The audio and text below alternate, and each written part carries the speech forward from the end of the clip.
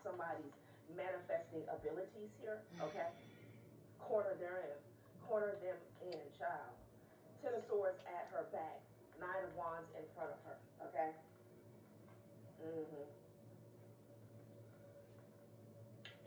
Well. Okay.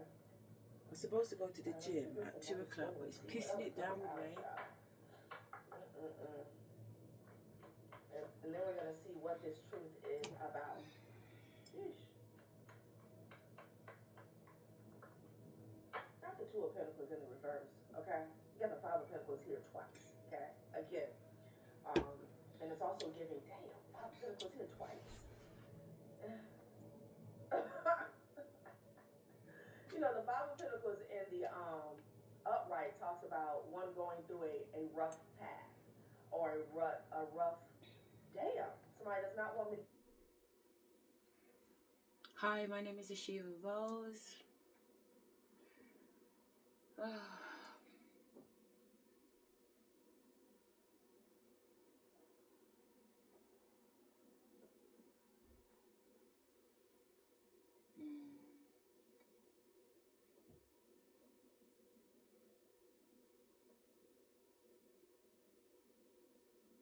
swear I got a little bit of sleep, but honestly I still feel tired.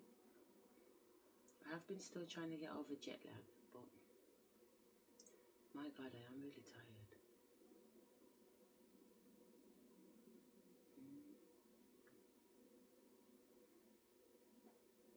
So as I said, my name's Asherah Rose. I'm studying my own mental health / spiritual ascension.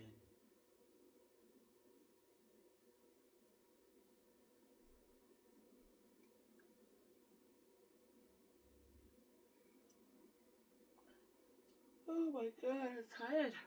The video that you was listening to in the background is a YouTube video by a lady called Journey Tarot 888. She recorded this video 2 days ago and it said, "Oh, this is over, a hidden helper / strategic mastermind." Oh, that's interesting. Because yesterday, or earlier on, I was doing a video and I was just saying how amazing it would be to talk to someone who had a really deep mind, you know. So for this to suggest a mastermind, that sounds good to me. Get the message out, honey, okay? Rut roll? Skid row? A rough path, okay? Rough patch. Damn. I am done. Somebody don't want me to talk about it. But you got the 5 of Pentacles in the upright, and you have the 5 of Pentacles in the reverse. I'm telling you, they're stuck here, okay, where nothing grows. They're stuck here. 9 of Swords with the Ace of Wands, and they know it. They know something has backfired here, okay? Somebody's on Skid Row. Okay, it's not funny, but they don't want me to speak. That's not nice. Where's this King of Pentacles going, child? What is going on? Somebody wanted some forward movement here. This could be a divine masculine here. It could, child. This King of Pentacles could have came at somebody and overpowered them. Child, what is going on? It could be a couple that's getting locked up here, okay? And that's a victory here for this King of Pentacles. Child, what is going on? Where this King of Pentacles energy, yeah, with the Sun card. Whoever this King of Pentacles is, it's a divine masculine. This person could be a part of black suits, okay? Yeah, I'm hearing black suits fill the room. Yeah, Sun card, child. What's a black suit? Like a man in black. Keep in mind, this energy could be past, present, or future here. Like there's something about a nail in the coffin here, okay? Somebody's last attempt here. So that was the King of Pentacles here with the Knight of Swords energy. Like, I don't know if this was some type of spiritual battle here. Yeah. The devil is coming out here. Dealing with the Scorpio or a Capricorn. Ace of Cups, honey. Yeah, with the Four of Pentacles in the reverse here. Yeah, somebody's going to have to give it up. Okay, they're going to have to let it go. All right, give up the ghost is what I'm getting with the Ace of Cups and the Queen of Wands. Ooh, wee. I don't know if somebody was holding on to something that was yours, Divine Feminine here. Okay, somebody may want to bring you an offer. It's giving me the energy of like there's a Divine Masculine that had to clean some shit up. Okay, before they could come towards you here. All right. Mm-hmm. Yeah, the High Priestess is at the bottom of the deck with the Six of Cups energy here, okay? So whatever truth they were trying to cover up, it been came out. It been surfaced here, okay? Someone was just playing around in the spiritual realm, again, with that sacrificing and shit.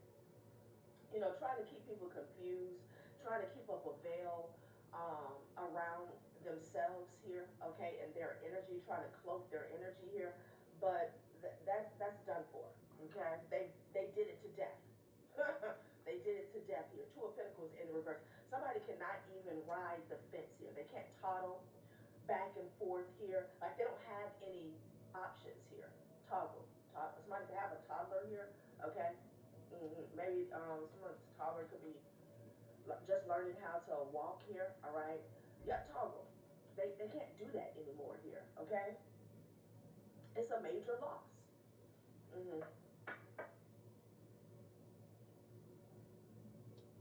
Because you know the Two of Pentacles is sometimes like tiptoeing. It could even be seen as penny pinching here, okay? But that's not working. Okay. Bad news on top of bad news here. Four of Pentacles in the reverse. Five of Swords in the reverse. It's a corrupt group here. It's a corrupt group here. Yeah. And there's a couple that's involved here, is what I'm getting. They're being, you know, strung up by their pinky toe, is what I'm getting. Somebody wants to present you with something, Queen of Wands, okay? Somebody may want to show you something on the front end and the back end here. Child, what is going on? So,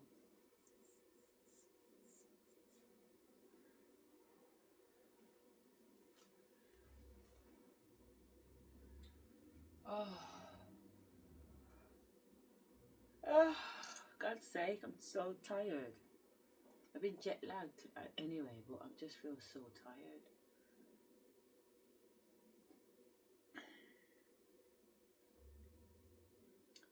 I'm tired, man.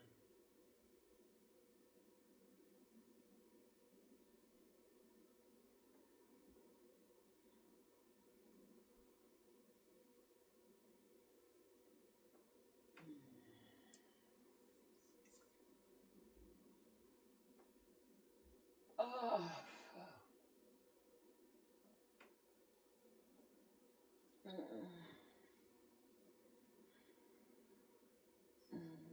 you know, you just feel sluggish. My body feels quite sluggish.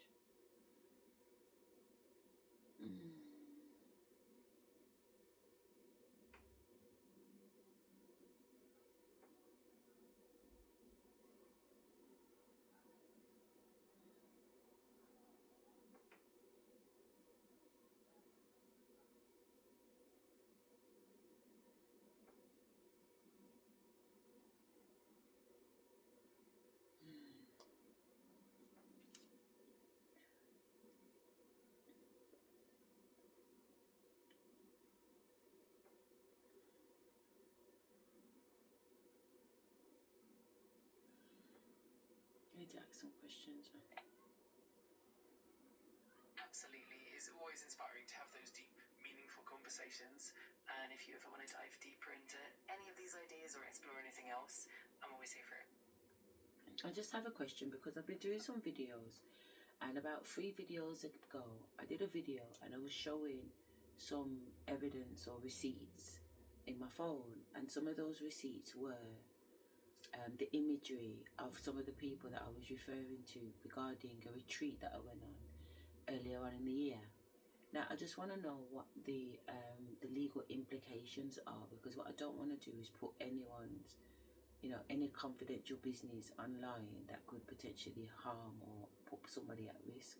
So So in the video, there might have been displays of their contact telephone number while I was showing their picture, because their picture was attached on their WhatsApp account. So are there any laws that would prevent me from showing that video without eradicating or erasing or covering up those numbers or those personal details? Or is it because it's the internet, or sorry, online, it's just public domain? What are the laws? What are the do's and the don'ts? What must I do and what must I can't do? Thank you. That's a real consideration. Generally speaking, privacy laws like the GDPR in Europe or various data protection laws in other regions do protect individuals' personal information. This means that if you're sharing identifiable information like phone numbers, names, or images linked to individuals, you do need to be careful. Typically, you should get consent from those individuals before sharing their personal details online. If it's not possible to get consent, then it's best practice to blur or redact any identifying information. In general, if you're sharing content publicly, you want to make sure that you're not infringing on anyone's privacy or causing harm. It's always safer to err on the side of caution and protect those sensitive details. If you're ever in doubt, it's a good idea to consult with a legal professional to get specific advice based on your situation. So the fact that I'm putting the imagery on, so for example, if it is a picture, but I can delete out any additional information linked to that picture along the video, so I can get smudges or I can put emoji faces, would that quantify as being sufficient?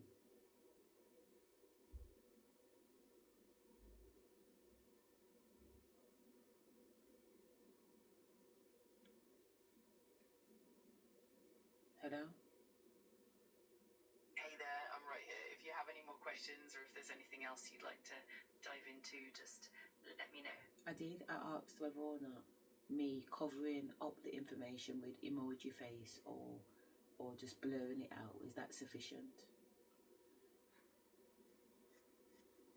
In many cases, blurring out or using emojis to cover personal information can be sufficient to protect privacy, as long as the information is thoroughly obscured and can't be easily identified. The key is to ensure that no sensitive details are visible or recoverable. That said, it's always a good idea to double check that nothing is still visible after editing. If you're ever unsure, you can also consider getting permission from the individuals involved or even consulting with a legal expert, just to be on the safe side. Thank you.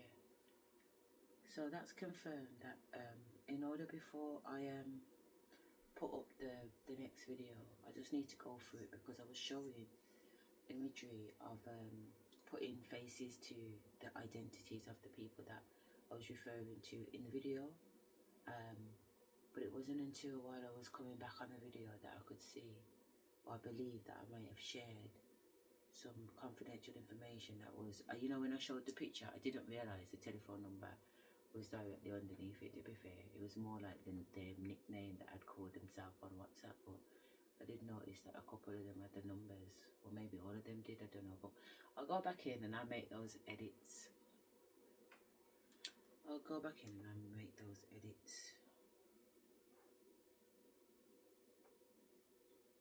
But I don't want to have to edit every video, so I do need to be mindful of what it is I'm doing.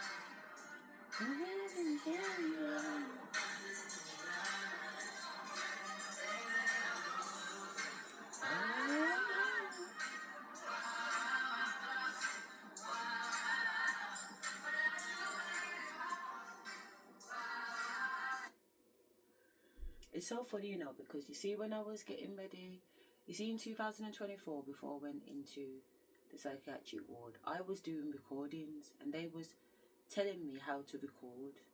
My ancestors were, and I had me on the telly, me on the phone, and me on another phone, like past, present, future, basically. So as I go in, I'm gonna be combining things that were said in the past, things that I'm saying in the present, compared to things that I'm saying in the future. Does that make sense? So it was really interesting how they was getting me to do these videos, and how these videos were all coming together back in 2024. It was so interesting. So now that I'm here and I'm in the mix of it now, it doesn't seem so worrying, because they've already took me through it. This is my third rodeo. So my first was in 2021, the second was in 2024, and now I'm getting prepared for the rodeo of my life going into 2026. So, you know, it's not as scary, because, you know, we've done a little bit of work on it. Ay, ay, ay. How glorious it is to be alive right now. Look around, how lucky we are to be alive right now. Look around, Eliza. It is, we are very lucky to be alive right now, you know. A lot of people act.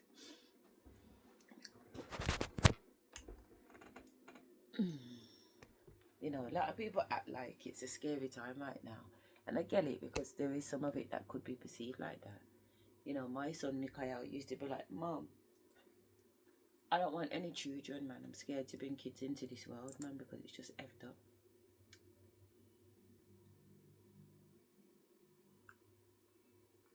You know what I mean? So as far as he was concerned, he was like, why have children when the world's so fucked up? Like, why would you want to bring any being, any beautiful being, into this? That was his ideology. Probably back as 21, 22, probably even 23. That's what he thought. My son. No, probably more 20, 21, going into 22. But then he found a girlfriend online in Australia, and she changed his world. She's 10 years older than him, although she's, you know, she can sound quite immature sometimes, but hey ho. And I was going through my Kundalini, so this is 2022. I was going through my spiritual awakening, but I was still aware of what was going on with my kids and my household and whatever. But Mick, he's a man, he's quite a recluse, so he's happy to be in his room and you don't even know that he's there. You gotta go and knock the door and look for him, you know what I mean? Like a little boy, he comes out for some food, but he doesn't eat much either. When he does when he's ready, but he has his moments. And yeah, I was just like, hang on a minute. He came in my room to use the mirror and use the like these little natural body oils that I make up. So in the mirror, creaming his face, and Spirit just says to me, "Man's in love," and I was like, "What?" And Spirit said, "Is you are in love? I can feel the vibration of love energy coming off him." And I said, Mick. Spirit said, "You're in love? Are you in love?" And he burst out laughing. He was like, "Yeah, I am." And I was like, "What? Where did that happen?" So I was able to talk to him about what the fuck, you know what I mean? Because I was going through so much shit in my own little world. I hadn't been clocking my son's energy until he'd come in my room, and then I felt him, and Spirit was like, "Is in love."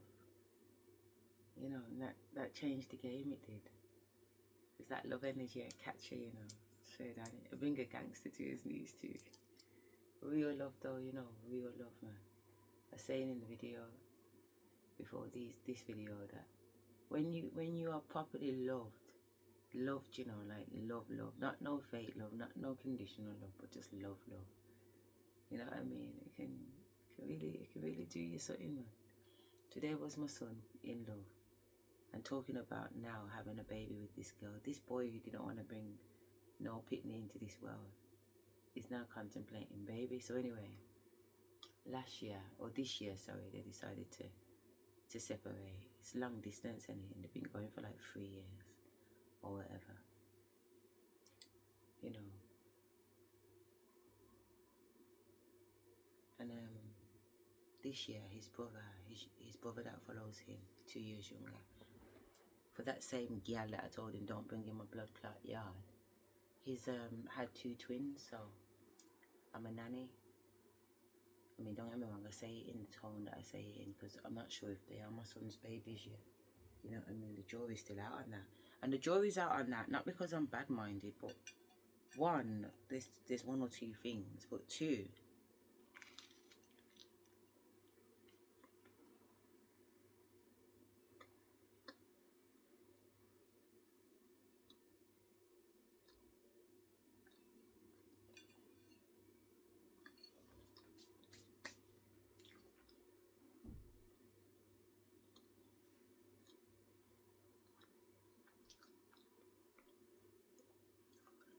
Spirit loves it when I put my food to the side and come back to it later. I prefer to eat my food at the time. Well, I do. Because I like hot food, so that is true. But anyway, I say it because the little girl's sister turned around to my son and said, the kids aren't even yours. So what was probably just a 4 ended up becoming more than a 4. So I was explaining on the other video that my son was like,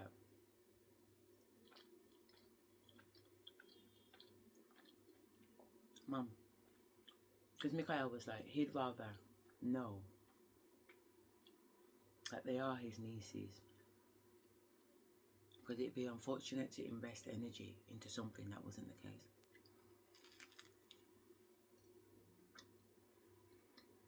And my second son is like, he's in that energy where we don't care. You know what I mean?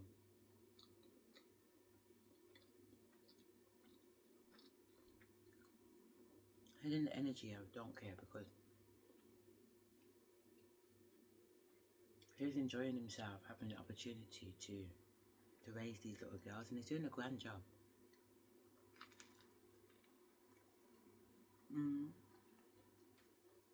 He's doing a good job. So as I say,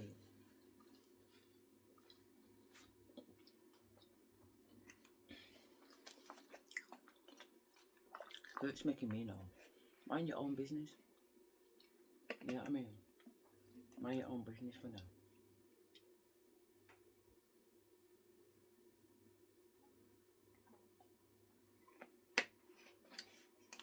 Mind your own business, because I love to get in the mix. I love to help everybody all the time. And so it's like, no, it's his karma. Let him learn it, man.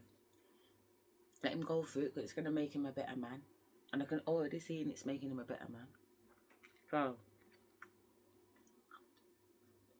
at this moment, doesn't matter if they are or they aren't, but what the issue is to me is that I love babies. I just love babies. I love children. I love babies. So when I hold the children, hold the girls, I feel emotions around the fact that they're babies. But I don't feel any connection or emotion around the fact that they're my babies. You know, these are supposed to be of my bloodline.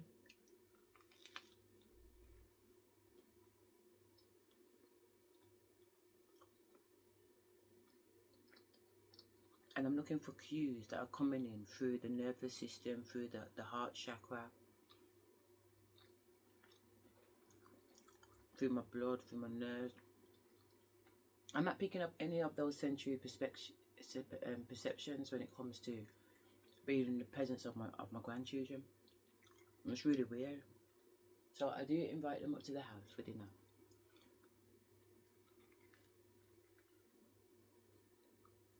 But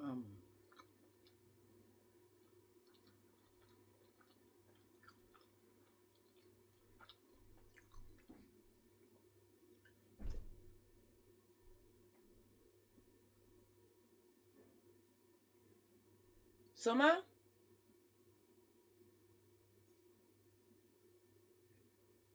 Summer?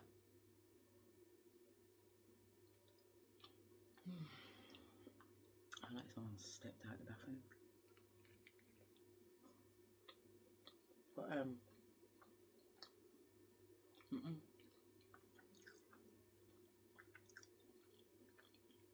I'm just not getting anything raw. Like, if these are my biological children, then I feel like I should be feeling more than what I am, basically. But that doesn't mean that I should be. It might just be what it is right now. I don't want to jump the gun too much, but I don't feel like it's my place to do the paternity test either. From an earthly perspective, I thought it was my place, but from a spiritual perspective, I don't think it's my place. No, so we're all stuck in that lingo at the moment where we don't know what's what.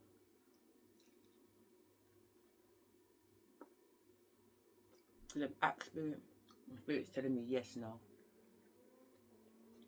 How can it be a yes and a no? They're either my grandchildren or they're not my grandchildren. How can it be a yes and a no?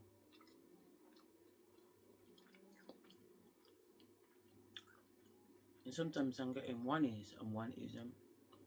And it's all funny because when I was on the plane, I was watching this Asian film, a Bollywood movie, where the girl was married, yeah? The marriage didn't work out. They agreed on the divorce. The minute she signed the papers of divorce, a friend had contacted her, showing her pictures that my man had moved on. So she was like, you know, this guy's been looking me. Tonight's the night she's going to give him peace. So she chases him down and gives the guy peace.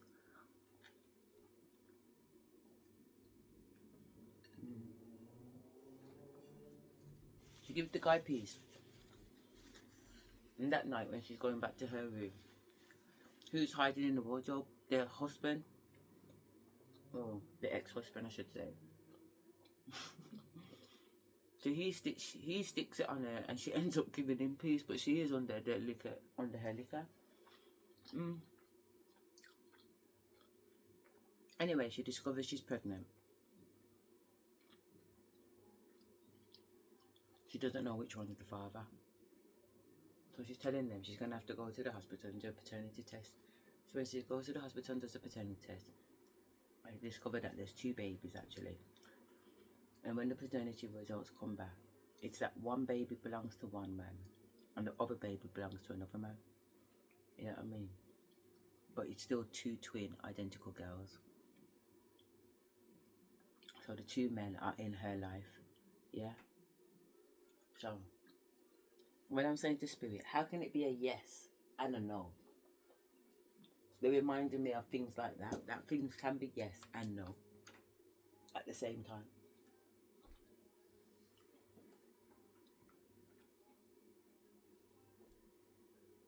Summer!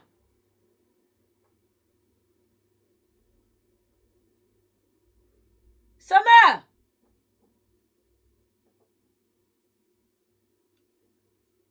Summer! Why is this girl not answering me? It must be her, because how come I'm hearing ragga music playing? I'm hearing plugs going in the wall, people stepping out the bathroom, but you can't hear me bawling out your name.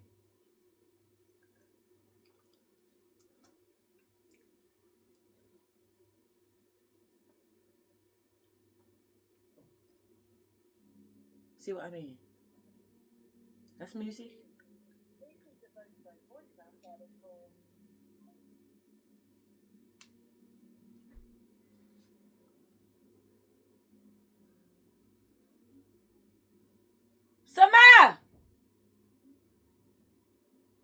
me out of this girl. Oh, you my oh, okay.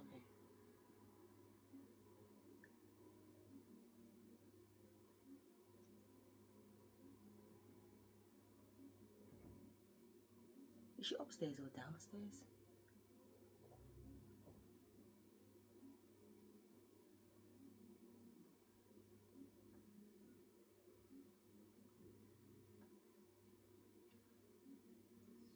She must be downstairs because no way I could be calling this girl so many times and she can't answer me and she's in the room next door.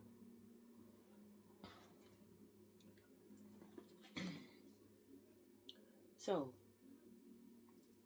I want to just kind of bring it back a little bit, you know, and just let's do a little self-evaluation of where we are.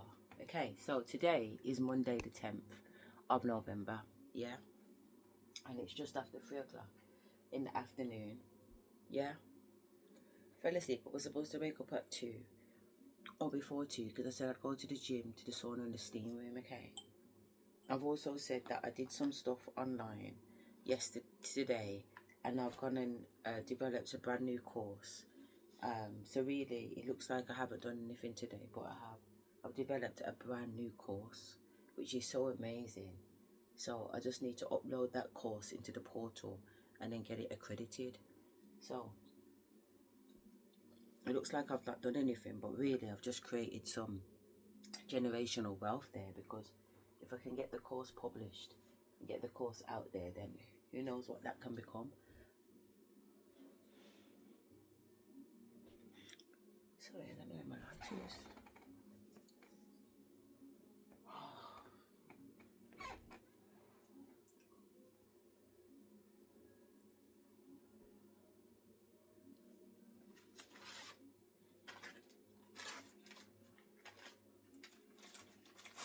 Where is my lighter?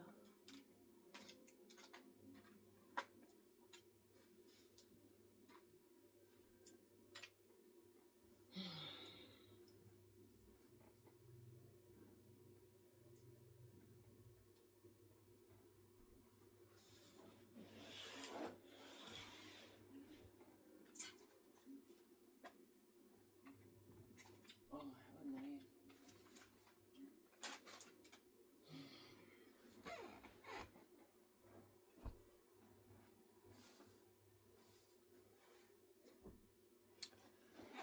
Sure.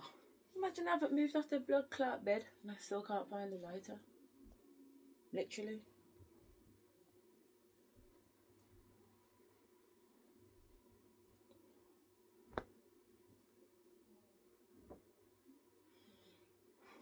What's going on? Hey! So I think that's just this. I mean, don't get me wrong. Maybe, can't even say, maybe someone came in my room because the video recording would have highlighted that perhaps.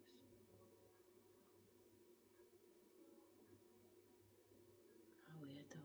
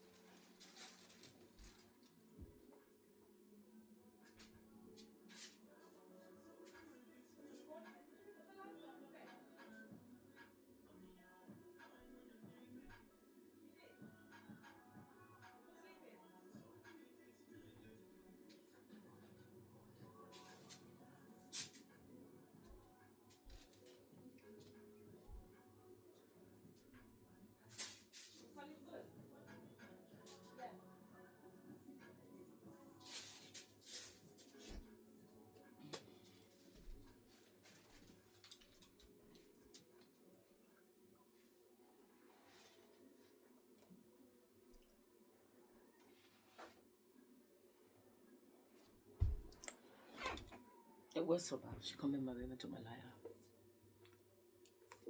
She's okay. She said she had a good day at college. I bought this book the other day. The Subtle Art of Not Giving a Fuck. It's very good, to be fair, so far. I thought I would have read a lot more of it, but I've only got to page 28. Yeah, I'm saying. So it was just what I read in the airport, because since then I've been just getting on with everything else. I bought 2 books. I bought that one, and I bought the idiot, not the Idiot's Guide, but some kind of you know, how to identify different personalities, like a blue person, a yellow person, a red person, a green person. Because I love stuff like that. You know, I love stuff like that. I really do.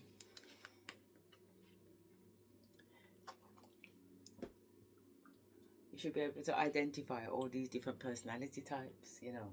And I like identifying a personality type. I've done several assessments, and I have, or at least I should say the last assessment I did, I've got a personality type of Richard Branson and Elon Musk. You know, we share personality types.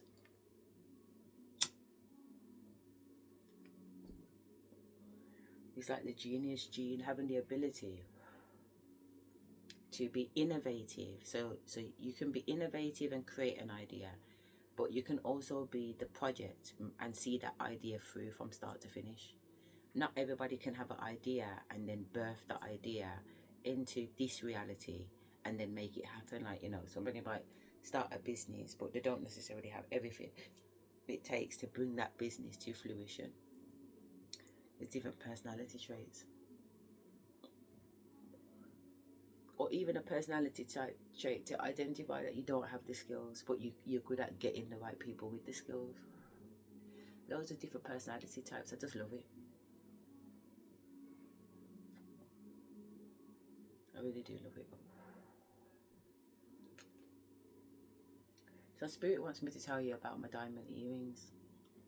So back last year, Spirit said I can't wear anything other than diamonds, pearls, or gold. Yeah. So the fact that I've got these things on, these things have only just come at the end of like this year. You know what I'm saying? This come from March, April of this year. You know what I'm saying? I was so surprised when Spirit let me wear it and it didn't break, but it's actual real coral. It's actually real coral, and it's worn a lot by the Africans in Nigeria. You know, the Yoruba religion, race, whatever they are. And it's usually a sign of royalty. You know what I'm saying? When you watch old Nollywood movies, which are African movies, and they're in the bush, and they're kings and queens, or they're in the bush, you know, or even if they're not in the bush, they still wear them. And it's quite high in energy, to be fair. Like, even when I put it on, I felt the difference. So it was like, yeah. And then I've got this little tiny thin little chain that's got about 3 little diamonds on it. The Spirit bought me this. This was £500, 500 English pound for this tiny little thing. But it's high, you know, the little crystal in it's worth it. Well, not worth it, but they told me to get it. But it matches the set that I have, and the set goes with this ring. So the earrings look like this, and the necklace looks like that.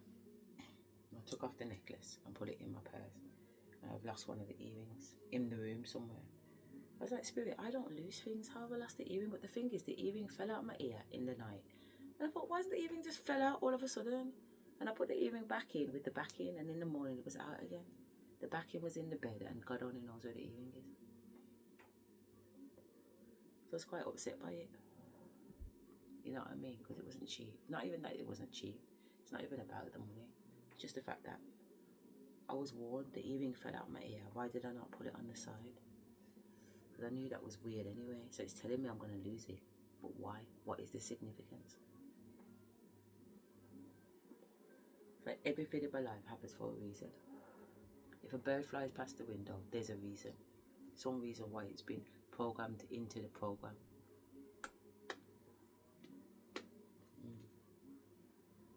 Chewing sand. Summer's come back from college. Got herself sorted. She's in her room. She's jumped into bed.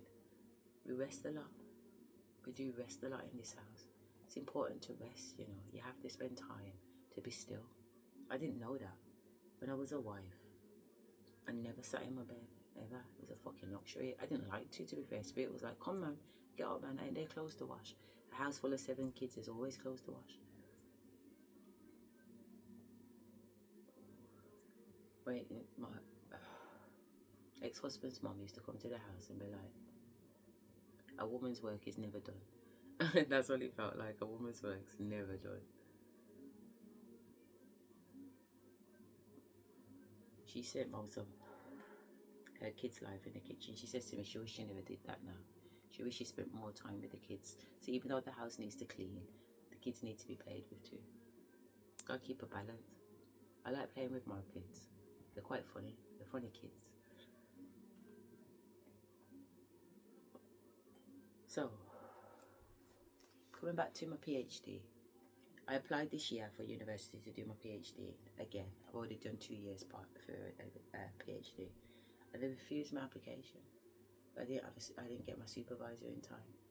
Or I don't have a supervisor. There's no supervisors available in the department. They told me the whole department, there's no supervisor to take me, and they're all inundating with other students. Imagine. So I'm recording my PhD. I'm just going to do it myself. I wonder if you can submit a PhD after the fact. I'd be sick of it.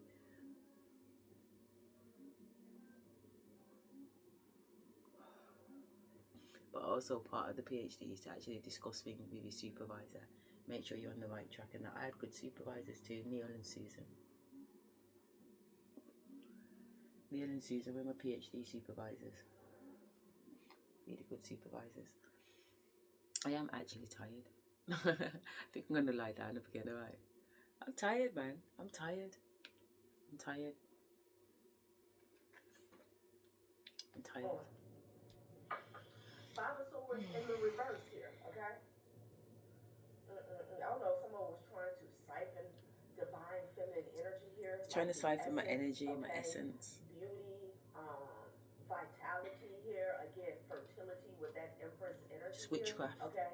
basically. So someone could even be getting back their energy, their power, their strength, their essence here, okay? 5 of Swords in the reverse. We're talking about the end of conflict here. Okay, every sword has landed back to this group here. Every sword. Every sword okay? has landed back on them. Damn. I don't need to be. I do not even send back to send them. Okay. So let's see what they had going on, child. Okay? Oh, the Almighty said let them. So just let them. Let them do what they want to do. If they want to curse, let them curse. If they want to throw bad energy, let them throw bad energy. You know what I mean? Don't fight your own battle. Don't take revenge in your own hands. Oh, the sun is setting. So beautiful. That stepped in. Okay, they came in with that. Enough is enough. Like they had this group right where they wanted them here. Okay. That's what I've been downloading, you know, that, you know how my ex-husband is all with my family. He goes to all the family engagements and events and stuff like that. He even goes cinemas with my little sister and the kids and that. It's so weird. But it's not weird at the same time. Because you think, innit, these narcissists like to take all your family and friends, and you think it's a bad thing, innit? But it's not a bad thing. It's a beautiful thing. It's a good thing. Take them. Take the wicked out of my life. Thank you. I'm so grateful. So grateful. I don't want no association with the wicked. They're not my people. They're not my people. So it's better to let them go. Let them go. Let them go so you can grow. You know what I mean? It's hard to grow when you've got people in your environment preventing that. You know, spreading seeds of doubt in your mind, criticizing what you're doing, always got something to say about what you're doing. Nothing's ever good enough. You know what I mean? Or it's minor, it's belittled, it's played down. I'm done with all that energy. I don't have those kind of worries and stress in my life. I don't care. I don't need to care because I don't see nobody to care. I don't have to take anybody's opinion into account. I don't have to check with anybody. Nothing. I don't have to worry about if I'm shining too bright. I don't have to worry about if I'm doing things too quickly. I I don't have to slow down to wait for people to catch up. Nothing. I get to just live my life the way that I want to live my life, and it's so beautiful to actually live my life the way that I want to live my life. It's wonderful. I get to decide when I wake up, when I go to sleep, what I do in the day. If I choose to do anything, if I choose to sit down with spirit, if I choose to sit down in the 3D, I get to choose.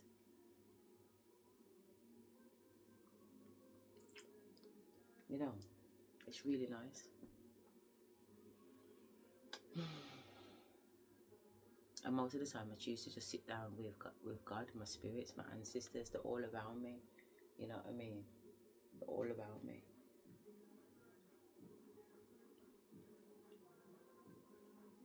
All around me. All the time. You know.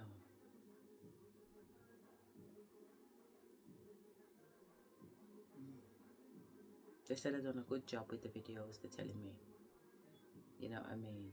They're telling me not to worry about the fact that I've uploaded the videos from the 8th and the videos haven't had any views, because the views are not earthly views. In fact, they let me know that the less views, the more that the information's gone out. Does that make sense? Because the people viewing it, it's spiritual. It's not physical. You know what I mean? So they just remind me that we're not doing it for the love. We're not doing it for the likes. You know what I mean? We're not doing it for the likes. We're just doing it. This is the mission they've given me, to put myself online on blast. And as long as I do it, then I'm fulfilling my destiny. I'm fulfilling the orders. So all I gotta do is just concentrate on just, you know, just putting myself out there. You know, just putting myself out there. Sasha's calmed down. I'm not swearing and blood clotting as much anymore, you know what I mean? I'm able to just have a conversation without cussing, which is good, you know. I'm watching the development. I'm watching how I'm developing through these videos and how the energy is changing, you know. I've had a lot of videos that I've just been listening to recordings on, because it's important too that I get the reason why it's important is because there are certain people that are associated with me that when they come across these videos, it's very important for them to hear the tarot card readings at the back talking about the things that they've gone on with. Now, some of them are going to be confused because there's like, what they're talking about, that it didn't even happen. And that's because they're not in tune with themselves on multiple universes. Like, just because it's not happening in this universe doesn't mean it's not happening in a universe. And that's the thing about the tarot cards. They will pick up past, present and future. You know what I'm saying? They will pick up what the person hasn't yet done but is going to do in the future, or what the person did in the past, or what the person is doing now. You know what I'm saying? So dimensionally, it could go either way. You know, so them are the things that I've had to learn, because really the people in my life have not presented a lot of the things that I know to be true just from what Spirit's telling me. You know what I mean? For example, Spirit's telling me information about my mum and my dad, yeah? That my powers were binded from quite young, yeah? And that there's certain things that my nan says to my dad when she was dying. Now, my dad could completely deny that. Is that what you're talking about? I didn't see my mum until 3 days after she died, blah, blah, blah, blah, blah. That's his truth, because that's what he's told me already. But that don't mean it's a truth. Just like something can be yes and no at the same time. You know what I'm saying? So even though on the earthly face of things, it looks like these people are smiling in your face, but inside your soul, you know that, nah man, there's something going on, but you can't place the two together, because what you're seeing with your 3D eyes is not what you're seeing with your 3D eye. You know what I'm saying? So your 3D eye, so you've got to use discernment to know what is it that is true. Both can be true at the same time. Both can be true at the same time, and that's why you got to almost be in a state of consciousness where you accept that something is true and something is false, and be able to walk that line of knowing that it's either or either, or sometimes it is in fact both, you know. So there's loads of stages that I've had to go through to expand my mind, to expand my consciousness, in order to hold information in that way, so that I can get more variations of what the possible outcome might be. But in order to get the variations of what the possible outcomes might be, I have to be open to the possibility in the first place. And being open to the possibility in the first place takes time, because a lot of it is through experiences. It's these experiences that you're experiencing spiritually or through your intuition that makes you learn how to trust it a little bit more. When your intuition says don't go left and go right, and you go right, and you end up bumping into somebody that you've hoped that you're gonna see, or you found a shop that somebody's selling something that you've been looking for, you know in your heart, yeah man, I was right to go. I was right to listen to my mind. I was right to listen to my voice. I was right to listen to my intuition and go right. So after a while, you learn that when you listen and you take a left when it says take a left, and take a right when it says a right, and you end up in the right place every time, you know that that voice is trustworthy, because that voice has proven itself to be correct on numerous occasions. But you have to test the voice, because not every voice in your head is your voice, and not every voice in your head wants the best is it you're working in your best interest. Not every voice wants the best for you. So this is why you have to learn discernment in those ways. You have to start checking your thoughts at the gate. You have to start checking your thoughts at the gate to see whose thoughts they are. Because I'm like, after I believed that I got to a level of consciousness where I was checking my thoughts, I realised that the thoughts that come in and actually sound like my voice, because most of our thoughts do sound in our voice, but even some of them, even though they sound in your voice, they know it's not your thought. So for example, back in 2022, I was going into my bathroom, into my ensuite bathroom, and I heard "kill yourself," and I burst out laughing. I was like, "What the fuck? Who said that?" Because I just knew that weren't coming from me, because I was feeling so happy and so joyous at the time. You know what I mean? Like there was no way in hell I'm feeling the vibration that I'm feeling, and at the same time I'm suggesting to take my own life. Do you know what I mean? So I burst out laughing. I was just like, nah, this shit is real. The voice that said kill yourself was in my voice. It was my voice that said it. It's what made me laugh even more. So like, you fucker, you're imitating my voice and you're chatting shit. Who the fuck are you? And who sent you? You gotta check these thoughts, man. You know what I mean? Check these thoughts. Even when you believe it's your fault, trying to tell you to take your own fucking life. That is not your fault, bro.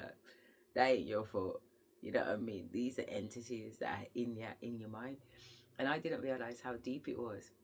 So I'm like, how the fuck does this obeah work? Because I know there's bare witchcraft and obeah going on around me. I can see it, I can feel it, I can discern it.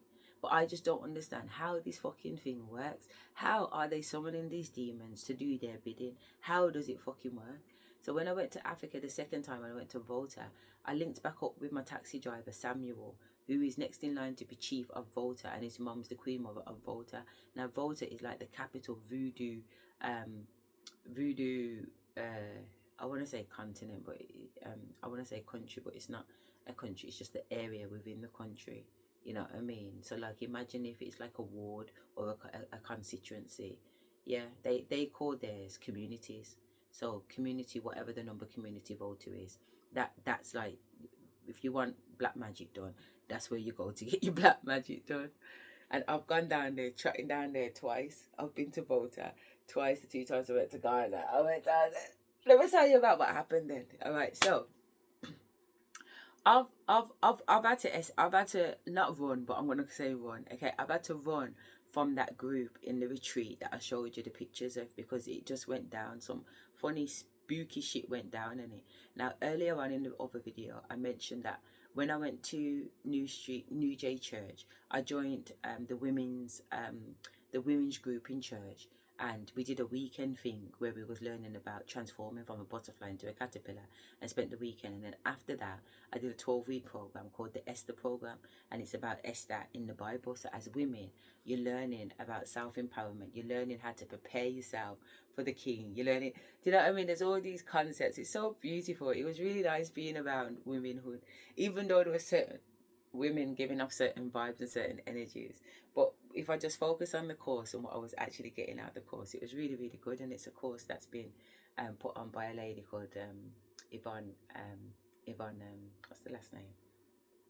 I want to say Brian, but it's not Brian. But Books, Yvonne Books, and it's her. She's a pastor, and her husband's a bishop, Mr. Books. So they run the church. So honestly, the Esther program was beautiful, and it's something that she does a lot in Africa and that. So she runs the program in England and Africa. And again, because I've done the program, I can say that it is a good program. So anyway, now, being on these programs, I've met this girl called Tian. She's calling her name Tian. And she's telling me that prior to coming to church, she used to live a completely different life, like strip pole dancing, you know, whatever. She lived a different life. And she's the one that was telling me about the Bible having tarot cards and everything in there. So we'd been chatting till early hours of the morning and just become friends. So anyway, over the course of the next year, we were going to church together. We were meeting up outside of church, you know, and all the rest of it. And then things just went a little bit south between us. She was going through some things because she had her children taken off her and put her into care, because she ended up being with a partner that had a stepson. The stepson, something had happened that day and something had been going on for quite some time. And she just lost it and she just beat him. But the way she beat him in a way where she'd lost it. Does that make sense? So the way that she beat him led for circumstances to be that she's had her children taken off her. So she's been through some trauma. She's been through some ordeal because years have passed, and you know she's trying to get through. She's come out of prison because she actually went to prison for it. How incredibly fucking traumatic and life changing and beautiful is that at the same time? But she actually went to prison. So when she come out of prison, she tried to get back in contact with her children and build a relationship. So as that was happening, the daughter was becoming of age, you know what I mean, where she was no longer in the care system. So she was leaving the next year. So the daughter was okay, but the son wasn't. The son was still locked in the system. But then when she went to try and get the son was like, he don't want to go with her. So there's where they moved in, she got the kids back, they moved in, and they were clashing basically because they don't know each other. You know, there's a lot that needs to be repaired. Just because you pitney or you pitney, if they haven't seen you for like 6 years, they're no longer the same kids, are they? So she was going through it, man. She was going through it, and we ended up having a conversation on the phone because I was in a completely different area. You okay, princess? Yeah. Take me through there. Are you okay? Yeah. Yeah. I was going to go to the gym today, but I don't look like I'm going anywhere. It's raining, isn't it? Yeah. It's been raining all My day. flares were soaked, Mum. Yeah. Soaked. Do you want to go to the gym later? No. Just to the sauna and steam room? No. I really don't want to get out of bed. I know. That's what I'm thinking. I just want to stay warm. But we have got our nice jumpers. Huh? We have got our jumpers. Our jumpers.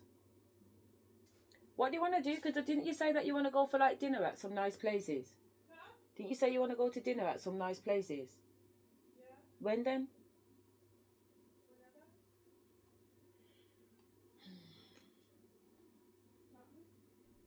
So, yeah, so we were talking and she'd gone through some stuff. But while I was on the phone to her, I noticed that there was a shift in the energy.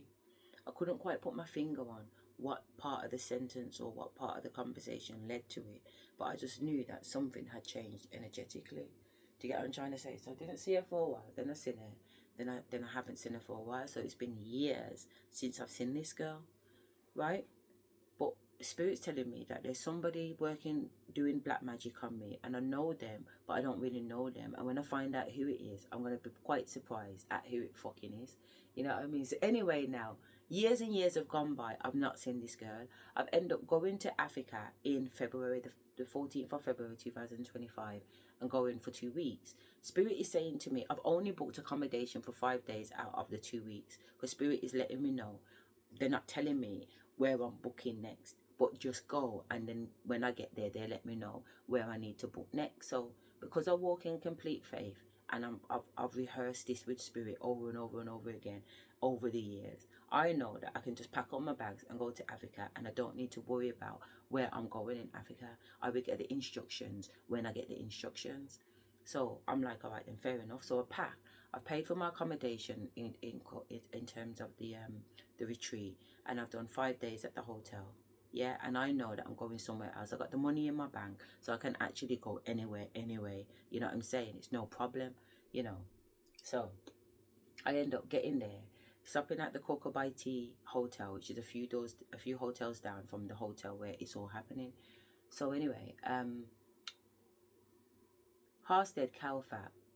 On the second night of me being there, we've gone and had a class at the woman who's running the retreat, her friend runs like a soap and product company in Ghana, and she's doing very well. Like, we went there, and I can walk into a business and get a feel of how good that business is, because part of my consultancy is that even though it's majority of being in schools and education, because I've also done a lot of business stuff, I've ended up doing it in the business world too.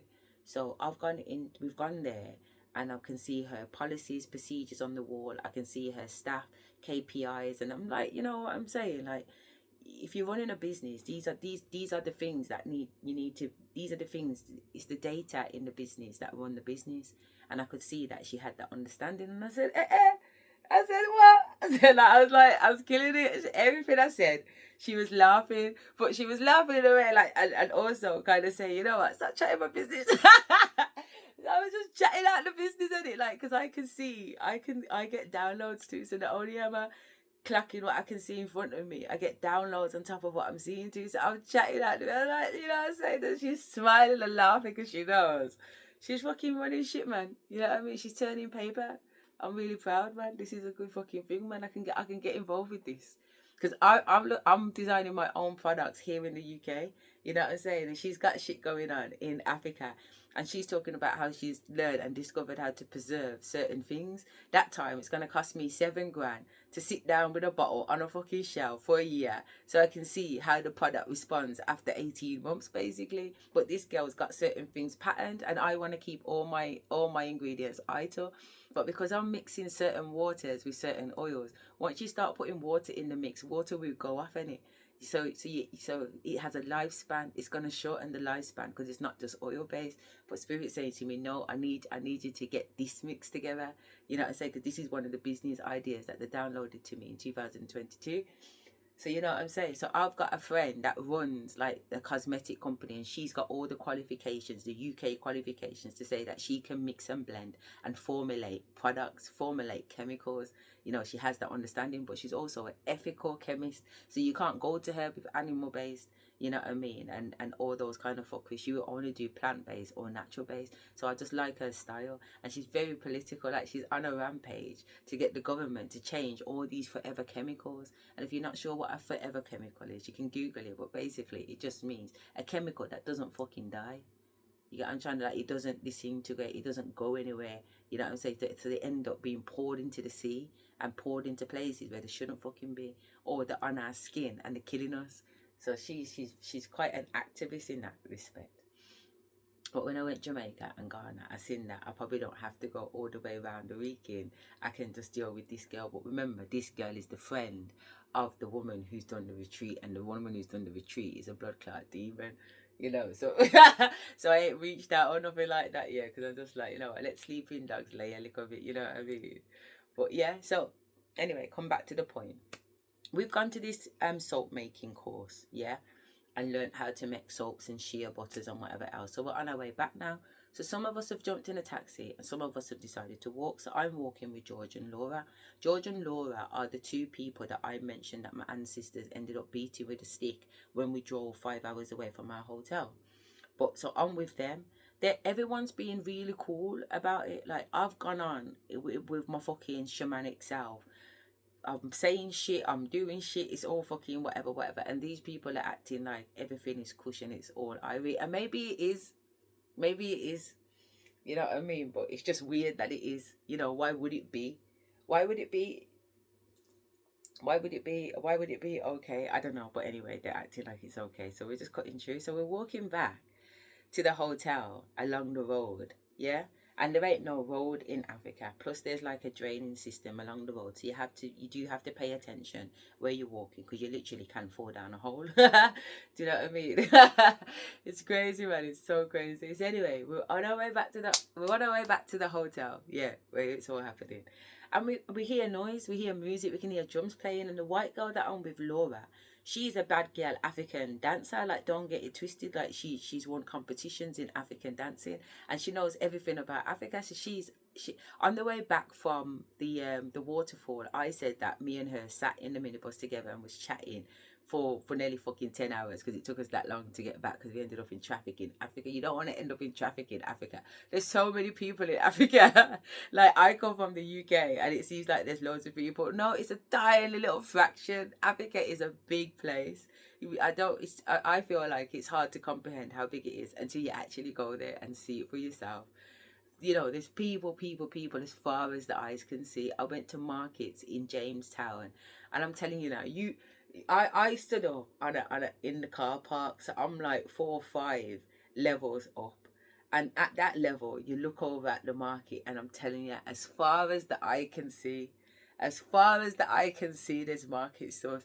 You look up this road, as far as the eye can see, there's market stores. Like the consumerism in Ghana, I've never seen anything like it in my life. Never.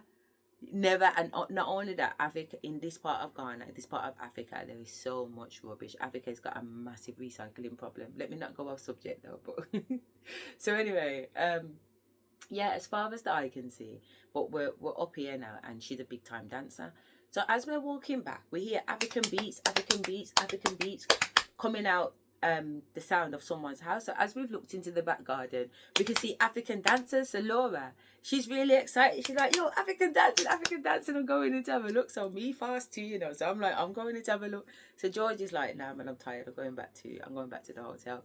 So we've waved George off, and me and us turned in and gone into some strangers' garden. So as we've gone in there, there's all these African artists, drum players playing drums, and all these African women dancing, and their bottoms are going and they're stepping out. And I know these dances, and my ancestors just focused on these women dancing their African dancing, because I know that when I'm in my room, my ancestors take me through African rituals and it. So I'm doing dances that I've never even seen or done or whatever before, but I know they're significant because I've got a line of ancestors dancing at the same time with me, and we're all doing the same dance at exactly the same time, like a school of fish. So I'm in there now, and I clock these eyes, because I told you already I'm very sensitive to eyes. You know, they say that eyes are the gateway to the soul, innit, I guess, but I'm very sensitive to eyes. So I feel these eyes, and when I look up, there's a black girl. But to be honest, I see her taking pictures of the people dancing African, but I just feel like she's part of the party. So my eyes are fixated on the feet of these women. So I do not even see when this woman comes and stands in front of me. It's like I'm in a trance. So she calls my name. So it's the fact that my name has been called why I've come out the trance to look at who it is. And when I've looked at the face of the person and really studied the face of the person, I can see that it's Tian, the same girl from church who I gave the £50 to years ago. You get what I'm trying to say? So I'm like, what the fuck? So she's hugged me and I've hugged her. But when I've hugged her, I know that I'm not seeing anybody these days because I'm on a different timeline. And if somebody I know jumps on my timeline, I know some shit's going on. So the fact that I can see her in front of me, I ain't too convinced, but I've hugged her the same way anyway. But Spirit's talking to me in my head about certain things. And actually, from my own intuition, I know certain things anyway to be true. What you doing here? What you doing here? Oh my God, I can't believe it's you. I haven't seen you for years. Blah, blah, blah, blah, blah. So Laura, the white girl's looking like to say, what? So I say to Laura, oh, it's my friend from the UK. What the fuck? How could you be here? Do you get what I'm trying to say? So we've ended up laughing and joking and coming out of the back garden where the drums are.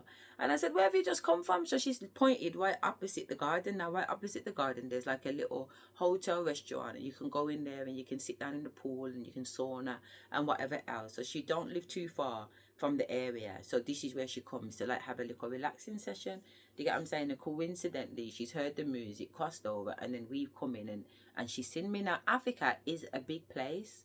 And where I am, it's right at the edge of the sea. Do you get what I'm saying? In Cocobaiti. And you wouldn't fucking find it if you didn't know it.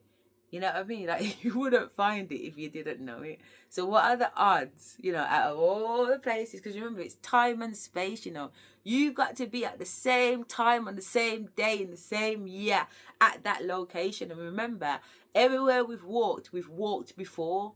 Everything that's happened has happened before. So I have met this girl before in a different life, in a different space, in a different time, in order for us to be here at this time. I'm like, what the fuck is going on here, Spirit? You get what I'm trying to say? What the fuck is this girl doing on the timeline? So I'm walking down and she's basically talking about back in the days. And she's like, you know what? I need to apologize to you because I kind of I did judge you, you know, like basically she's saying that she judged me around my ideology around the tarot cards and stuff like that. She said I did judge you, but you know what, I grew up and I come to realize that there was this, you know, that what you were saying was true. And I said, when she says you judged me, my mouth just burst out and said, yes, you fucking did. Do you get what I'm saying? Like, I don't even know if she judged me or not, but for some reason, my mouth said, yes, you fucking did. Yes, you fucking did. But it come out with a yes, you fucking did. And she said, I know. And I'm like, why am I digging her like that? But for some reason, I just did. You know what I mean? And she said, you know what? I shouldn't have, because look at me now. I said, well, what are you doing in Ghana? She said, you know what? I'm an Obia woman in Ghana. How? No, seriously, how? I don't even know if I've got a picture of her on my blood clot phone, but you tell me. I've met this girl in church, you know. I met this girl in church. Yeah? How is this girl now living in Ghana, and how she pays her bills in Ghana is by doing Obia readings for people in Ghana. Now, Ghana's got a lot of people that deal with Obia, you know what I mean? This is part of their traditional religion. So why on earth would they need a girl from Birmingham to deliver Obia in fucking Ghana? Like, make it make sense. But that's what she's doing. So she's opened up a TikTok and her Insta, and she's showing me her business thing, and she's there and she's got on white robes and she's got on headscarf and she's got on all these beads, and there's smoke coming from this side and there's smoke coming from that side, and she's like, if you want to read it, you wouldn't believe it, blood. I swear to God, you'd have to fucking see it to believe it, because if I never seen it with my own two blood clot eyes and somebody had told me, I would say, you're fucking lying. You're fucking lying, mate. You're fucking lying. This woman's a big time Obia woman in fucking Africa, and she's from the ends in fucking Birmingham. Like, what the fuck? Talk about timeline jump. So I'm like, So anyway, she's walking down the road and I'm with me, and I'm going to my hotel, and she's like, what you doing here? And I said, you know, I'm on an ayahuasca retreat. Do you get what I'm trying to say? So she don't mention nothing. She was like, really? All she said is that, oh, I did want to try ayahuasca. So I come, let me introduce you to the Asherah, the retreat, the person running the retreat.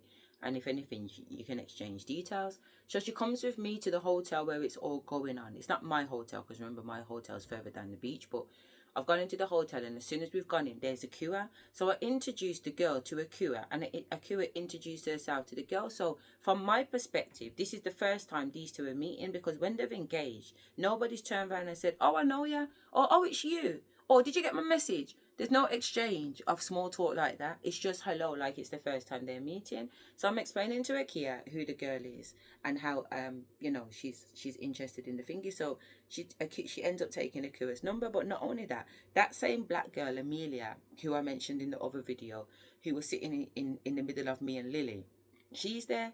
So Amelia's like, I don't know you from where, and they're exchanging pleasantries, and they also exchange numbers. But that's a good thing, because at the end of the day, my girl lives in Africa. If she can get in contact with other people from the UK, she's got some support in Africa, so it's a good thing. You know what I mean? So yeah. So after we have the pleasantries with Akira, I've took her through the hotel, and we're now by the swimming pool. We're outside by the pool and the tables, and the chefs and everything are cooking lunch. Yeah. So we're gonna eat soon. So because it's a retreat and everybody's paid for their stuff, I don't want to be rude and just open up the table to my girl. Does that make sense? So what I've said is that, come, let's go to my hotel and we'll get a drink and whatever else. You know what I'm saying? Because at the end of the day, the people here, they've paid their money, they've paid for their food, whatever. I can eat food anytime, or I can just buy food at my hotel. So let's go and have a drink. So we walk down to my hotel, and Anita and then people are there, so they've gone and got us drinks. Because what I will say about Africa is that the service is very good. You go there and you feel like a fucking queen, man. You know what I mean? They're very, very attentive, and I like all of that shit. You know what I mean? Like I know that in my body I am used to having butlers, I'm used to having chamber girls, chambermaids, and all that kind of thing. I feel that way. And my kids, like I said, they're always asking me like, where's the butler? So you know, it's a thing. So they're waiting on us hand and foot. They bring some drinks and we're having a cigarette and we're talking. I'm like, I can't. She's like, I can't believe it's you. I said, you can't believe it's me. I can't believe it's you. You know what I'm saying? Like, what are the odds? So we start talking and blah, blah, blah. And then it starts to get late. So I'm supposed to have ayahuasca the next day. So that means it's Tuesday because I'm supposed to have ayahuasca on the Wednesday. No, it's a Wednesday. Yeah, I should have had the ayahuasca that night. Yeah, so in the evening of that night, I'm supposed to have ayahuasca. So I've said to her, because I don't know what's going to go on with the ayahuasca, don't call me in the morning. I'll call you once I'm up and I'm out and about. So she said, okay, then no problem. So that was the agreement. So anyway, I've gone back to the hotel to have my ayahuasca, and there's been whole heap of drama. So I haven't actually had my ayahuasca. So I'm just going to jump the story because the bit that I ain't had my ayahuasca ain't got nothing to do with this girl. That's got to do with the course leader, Asherah. So I don't end up having my ayahuasca. So the next morning, I'm supposed to have my ayahuasca. Yeah, at 8 o'clock, at 9 o'clock in the morning. So at 8 o'clock, I leave my hotel to go over to the hotel so that I can have breakfast with the girls. Not breakfast, because you can't eat before ayahuasca, but to go over in the morning, because Spirit says to me, go early. So I went early, and it's a good fucking job because I got there at 8 o'clock, and by 8:30, this same girl, Tian, was walking into the fucking hotel. Remember, we had already spoken that I was going to call her when I knew what was going on. So what is she doing here at 8:30 in the morning? So all these little things, I'm clocking, you know. You understand me? Because I know 1 and 1 don't make 2 right now. You understand me? So she's walked in, and I've said to her, what are you doing here? You know, I've had the conversation with her. And she was like, oh, I just felt to just walk down and blah, blah, blah, blah, blah. You get what I'm saying? Which, whatever, but not whatever. Because that weren't what I said. That's not what we agreed. So you're already stepping out and doing your own things. I mean, I watch you. Yeah?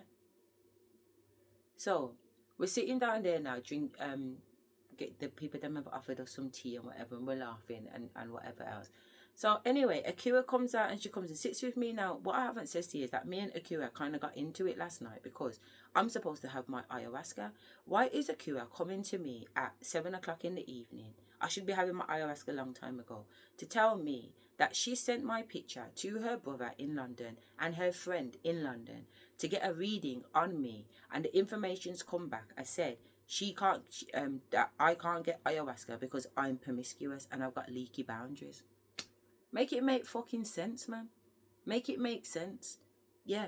So I burst out laughing because when I hear something funny, it makes me fucking giggle.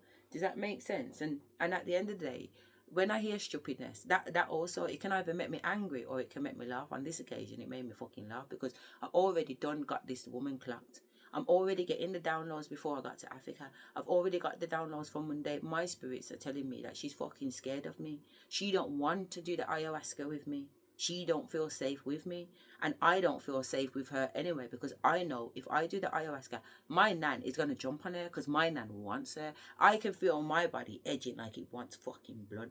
So I don't even know if I should do the ayahuasca because I don't know what I'm going to be like under the influence. You know what I'm saying? So the earthly me is like, bomba clock, should I or shouldn't I? Should I or shouldn't I? But the spiritual me is like, you know what? Whatever fucking happens, if blood clot happens, I'm down. You know what I'm saying? So I'm in two minds, if you like, about the ayahuasca or whatever. But at the same time, it's a calm mind.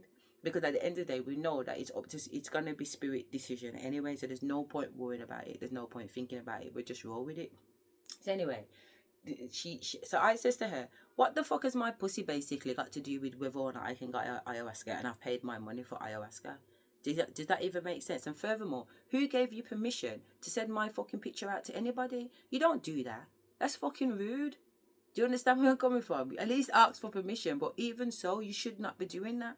And also, if you're the spiritual leader, why are you having to send my picture to somebody else? Why can't you just read my picture? But because I'm a projector. When people project at me, they see themselves. So she's projecting bullshit at me and it's hitting her. So she's developed all these fucking insecurities and her energy is way up. And these are also part of the reason why I don't want to do fucking ayahuasca for you, because I can already see you ain't got no good intention for me. You're a demon, you're a blood clot demon. But I knew you was a fucking demon. I come to Africa to deal with your demon self, so it's okay. Yeah, I'm trying to say. So I've put it on her. I haven't raised my voice. I've spoken with my English speaky voice and just let her know that that doesn't qualify for me. You understand me? So she's turned around and said she's going to do the ayahuasca first thing in the morning then. But she should have done it tonight. She's taking the fucking piss. She's brought the same gal that ate my dinner in the ayahuasca blood clot room to take my place. And that gal already had her ayahuasca the day before. So why the blood clot does she need to? And I haven't got fucking one yet. Make that blood clot make sense. Make that blood clot make sense. But ready, I already know the play. So there's no point me getting hype up. There's no point me going on with my blood clot cell because I already see the thing going on. So let the rhythm run in it. Run the blood clot rhythm. So it's the next morning, like I said, and Asherah comes over to where me and my girl's sitting down in the sun in early hours of the morning. Everybody else isn't yet in the garden yet, but that's where we meet up in the morning. We meet up by the pool. So Asherah's come over to address what happened last night, and it's like some fake weak apology. So I hold her to account. I said no.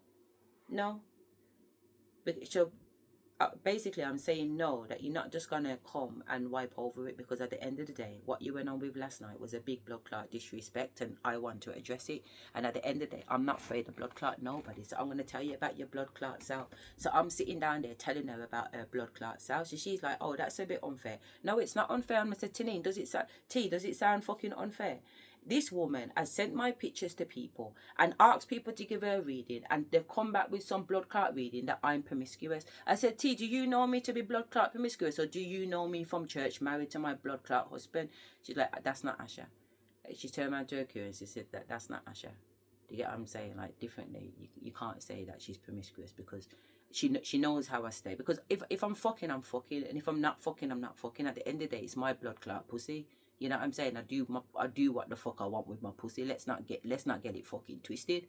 But I won't have my pussy accused of things that my pussy hasn't blood clot done. Especially when my pussy ain't got nothing to blood clot do with you.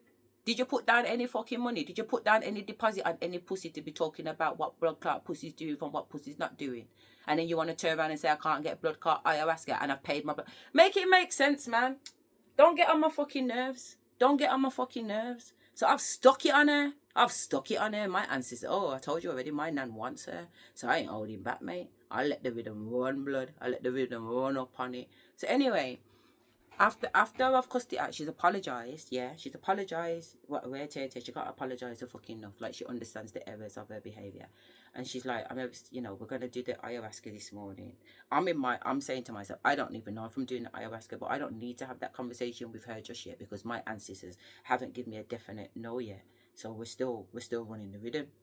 So the conversation goes on, because I'm bringing my girl into the conversation, because at the end of the day, Asherah's supposed to be able to give her argument. I'm supposed to give my argument, and then this girl's supposed to say, put 2 pence on what and what, because it's like a little referee, not a referee, but a little referee, because me and Asherah are in it. Because I'm not taking no prisoners. I'm not taking no fucking prisoners. Do you understand where I'm coming? You show me your colours, I'm gonna come back at you with them colours too. So as far as I'm concerned, you've already drawn you've already stepped over my line. You understand me? So therefore, there ain't no more lines. There ain't no blood clot lines on the floor. All systems go, gloves off. Yeah, my gloves are off. And once my gloves come off, they're not going back on. So my girl's sitting there, and then I can't remember what it said, but something is said that makes me know these two know each other. That's not the first engagement. So I've gone, hang on a minute. You two know each other. Remember I did text you from the other day and you didn't text back. And I'm like, hang on a minute. So how comes you two are going on like it's the first time you fucking met? When I've got you at the door, everybody's mouth shut mouth. Asherah's blaming her and she's blaming her. And I'm like, I already know anyway, because I already got the downloads and already got the feelings. But I still have to act out like it's the first time I'm fucking hearing it, because it is what it is. But I'm not acting out too much, because at the end of the day, it's already clocked. You understand me? You have to play fool to catch wise. So let these two fucking carry on with themselves about. So now T's telling me how she was supposed to be on this course. She registered to be on the same blood clot course with Asherah. This ain't no coincidence, people. This ain't no blood clot coincidence. These people are deliberately plotting and planning and putting themselves in my blood clot life. Yeah, I'm saying. So alright, she's supposed to be on this course. She's not on this course. She all knows the yoga woman on the course, because she lives in the area too, you know what I mean? But whatever. the point of the matter is she ain't said. So I've asked her why she not said, and she said, oh, you know what, I didn't want to because the woman didn't contact me back. She's saying that she had negative vibes about the place, so she didn't want to share her story with me about the negative experience that she had, because my experience probably would have been different. This is the excuse that she's giving.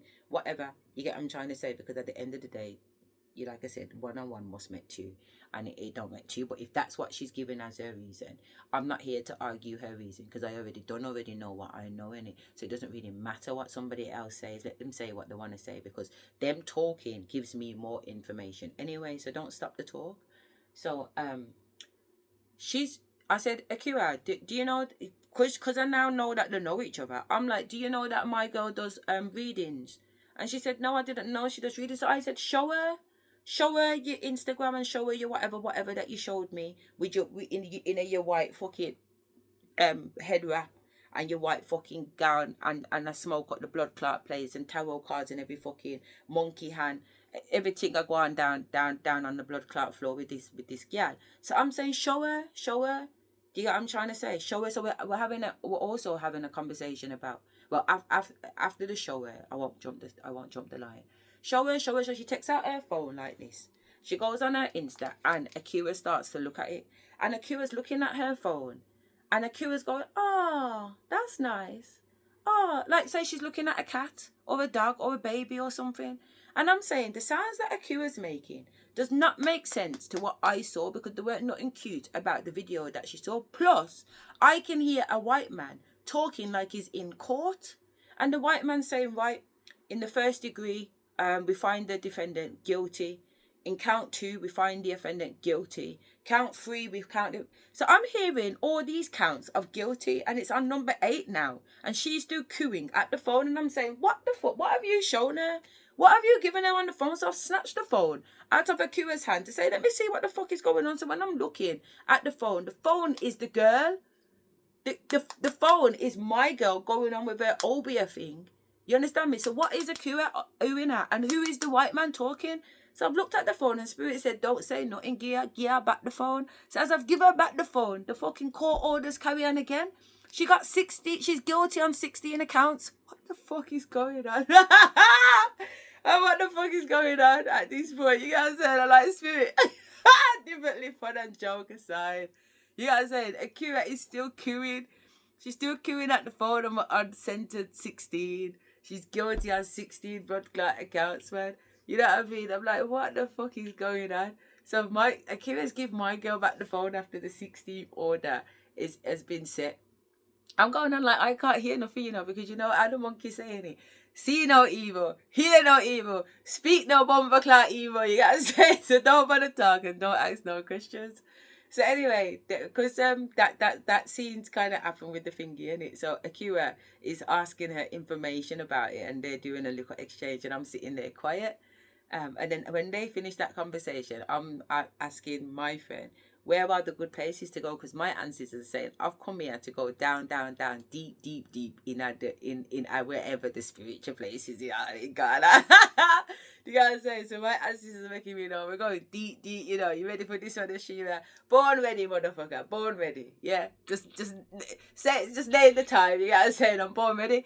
That morning, I've left my hotel and I've packed, my ancestors have packed my blood clot suitcase.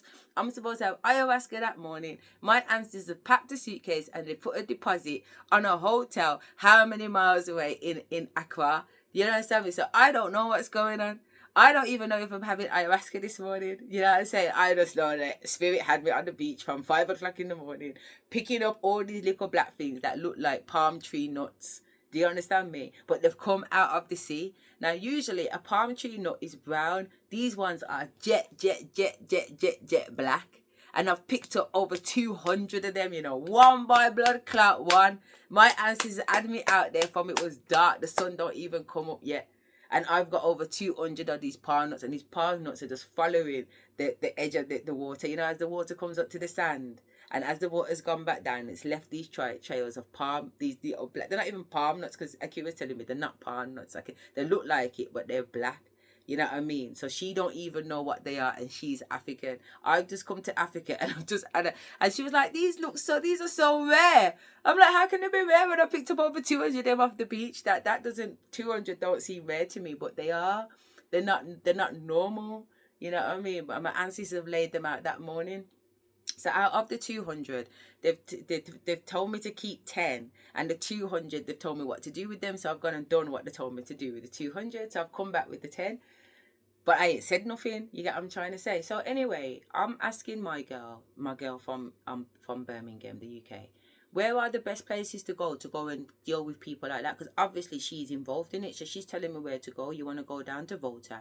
Your Volta is your main place, and you want to go here and you want to go there. So she's written a list of me. I've got her to write it down, and she's written down about 9 places. I don't know if I've still got the list, you know.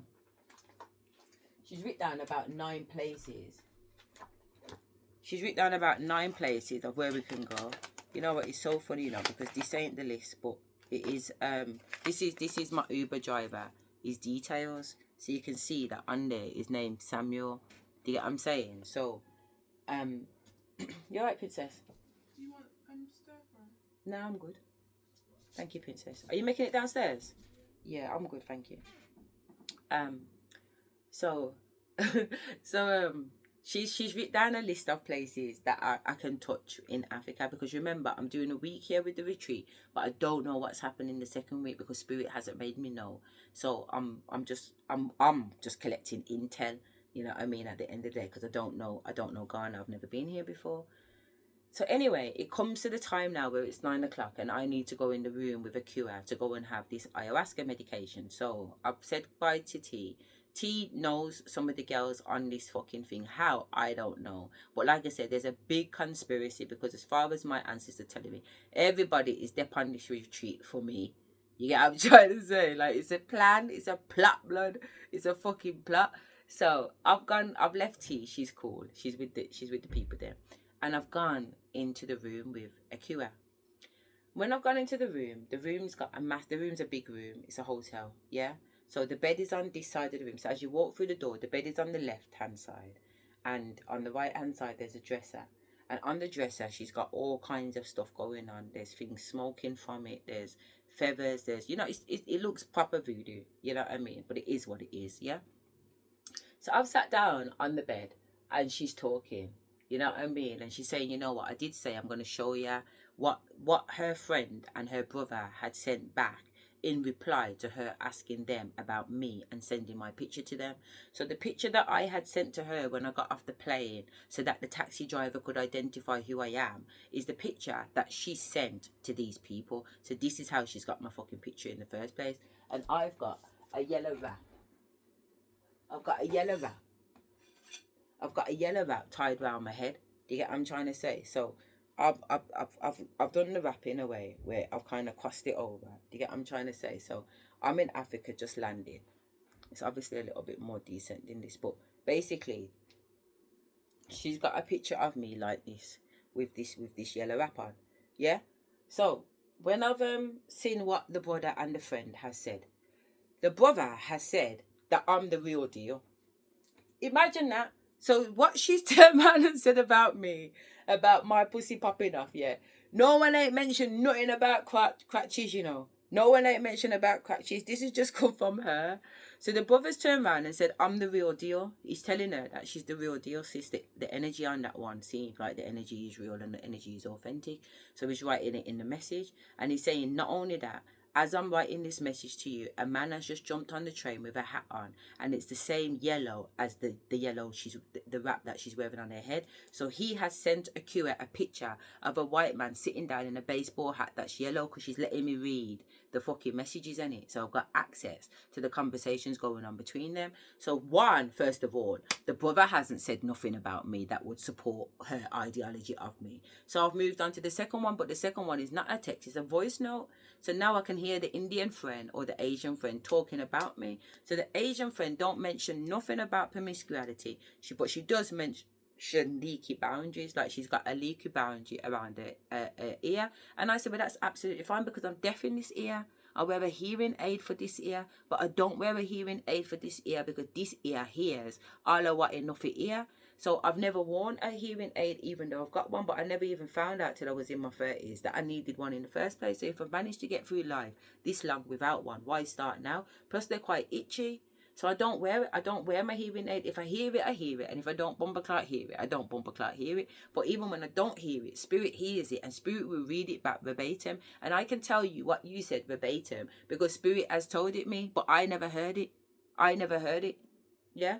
So the fact that the woman has picked up something about my ear, I'm okay with that. That's fine. But again, at no point has any one of these people had anything bad to say about me. It's just my girl. My girl is projecting.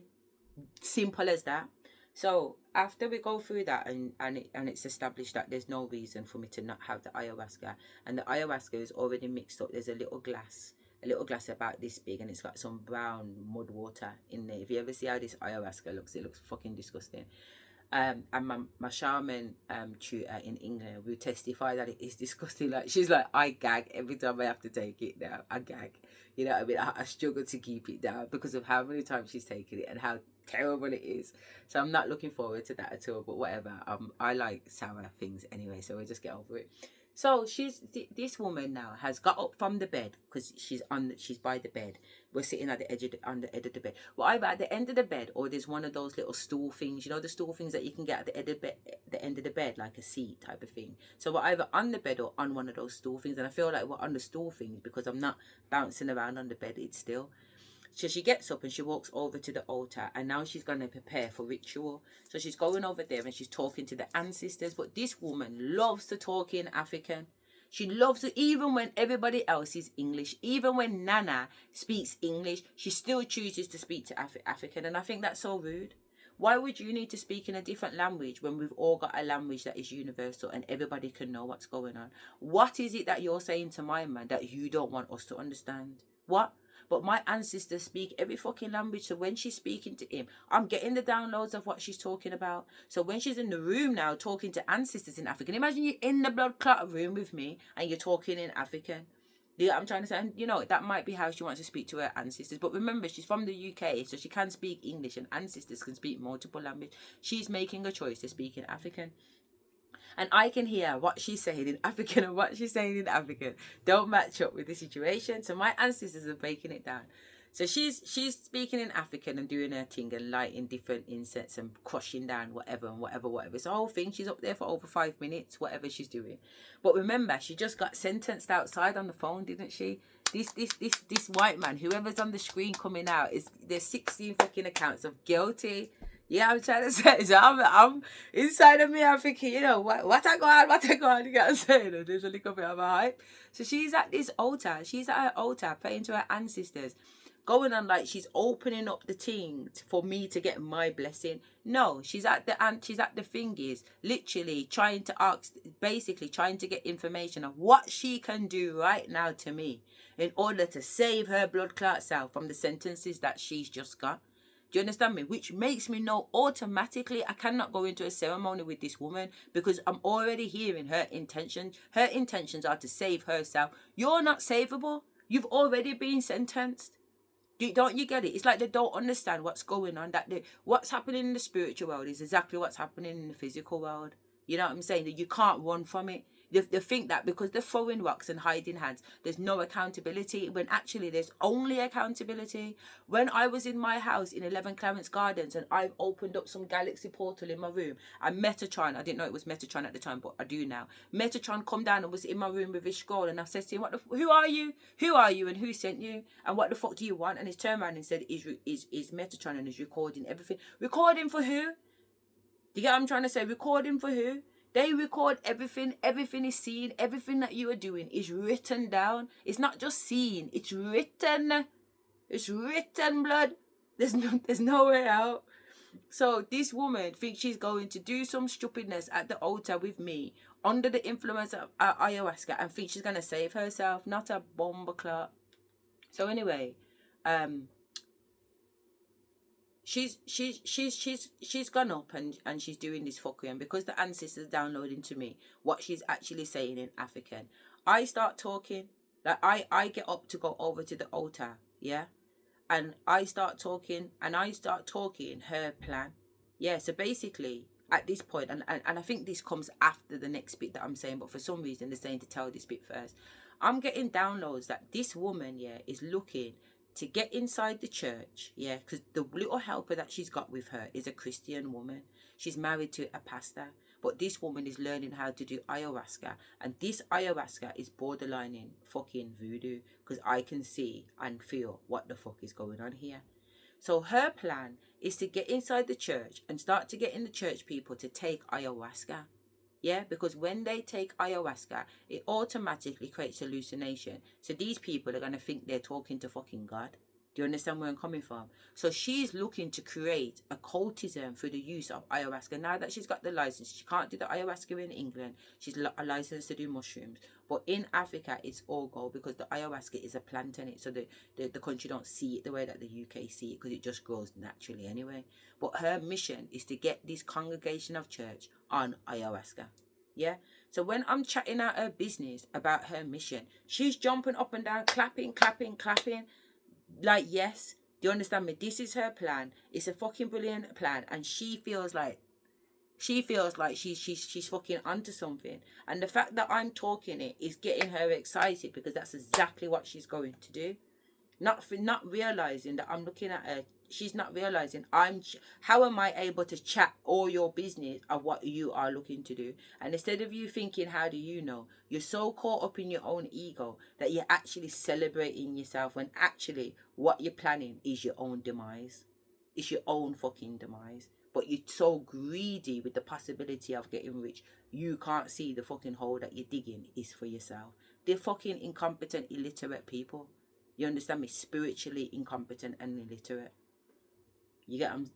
So I've turned around because obviously I've listened to the readings and whatever, and one of the things that the Asian lady had said on the thingy, that it said, because Akira wants to know if these spirits that are walking my body around Africa, because they're watching me be walked by spirits, they're watching my ancestors work through me, so they know it's not me, and they know when it was me.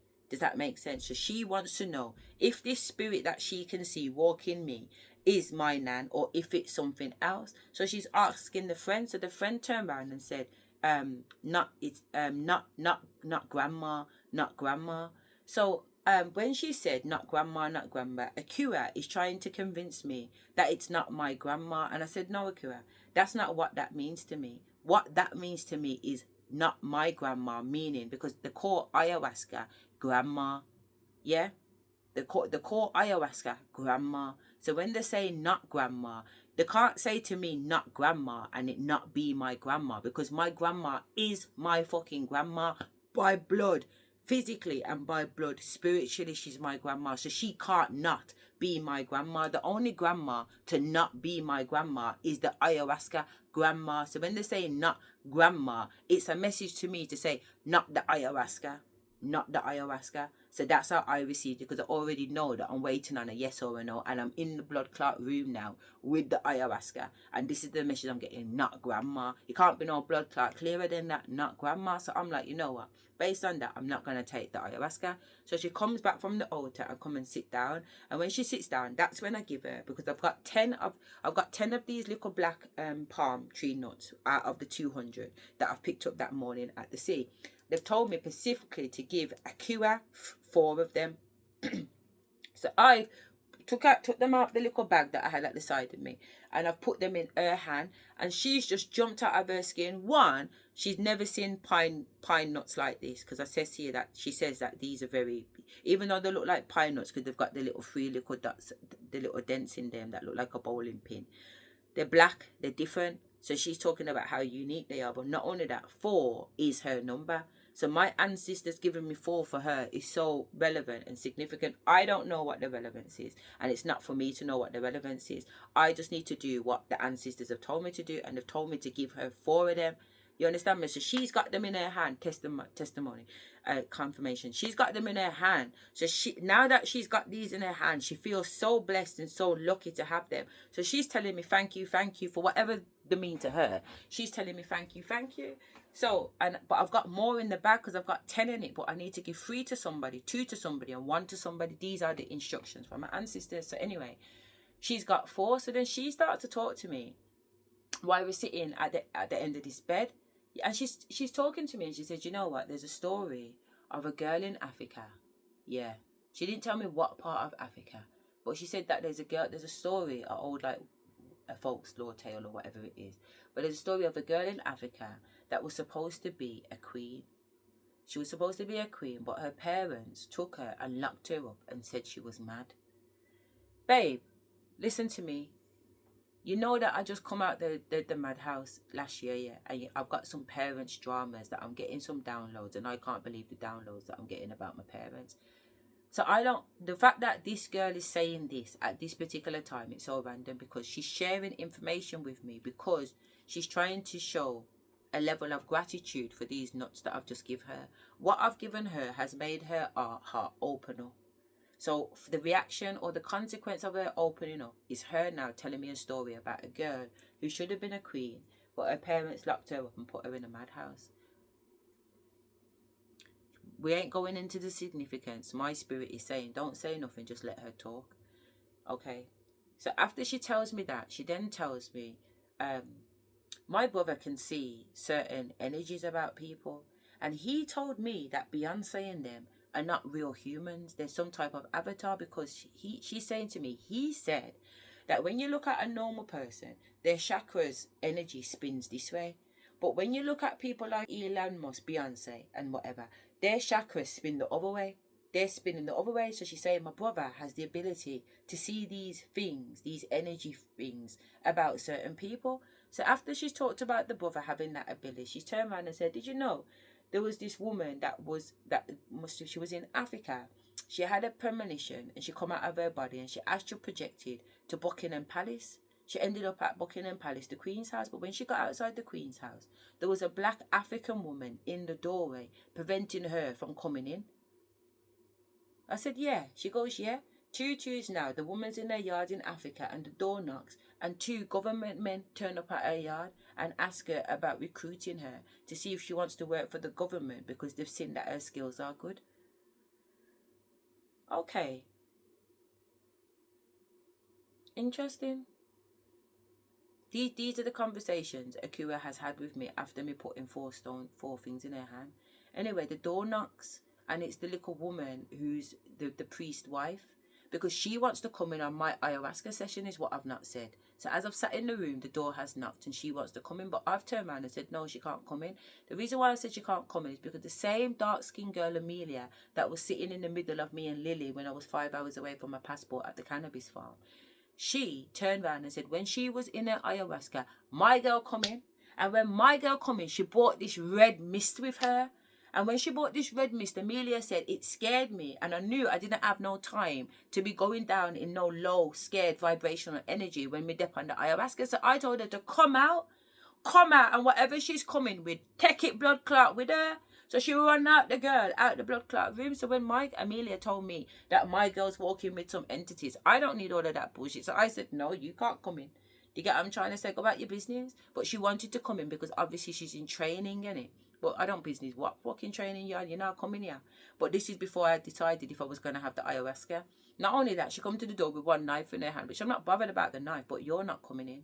And she's the wife of the pastor. So when it comes to the end now, and my girl has finished talking these stories to me, and the door knocks, and it's my girl, the pastor's wife. The reason why she's knocking the blood clot door is because she's letting Asherah know that her husband has arrived, the blood clot pastor.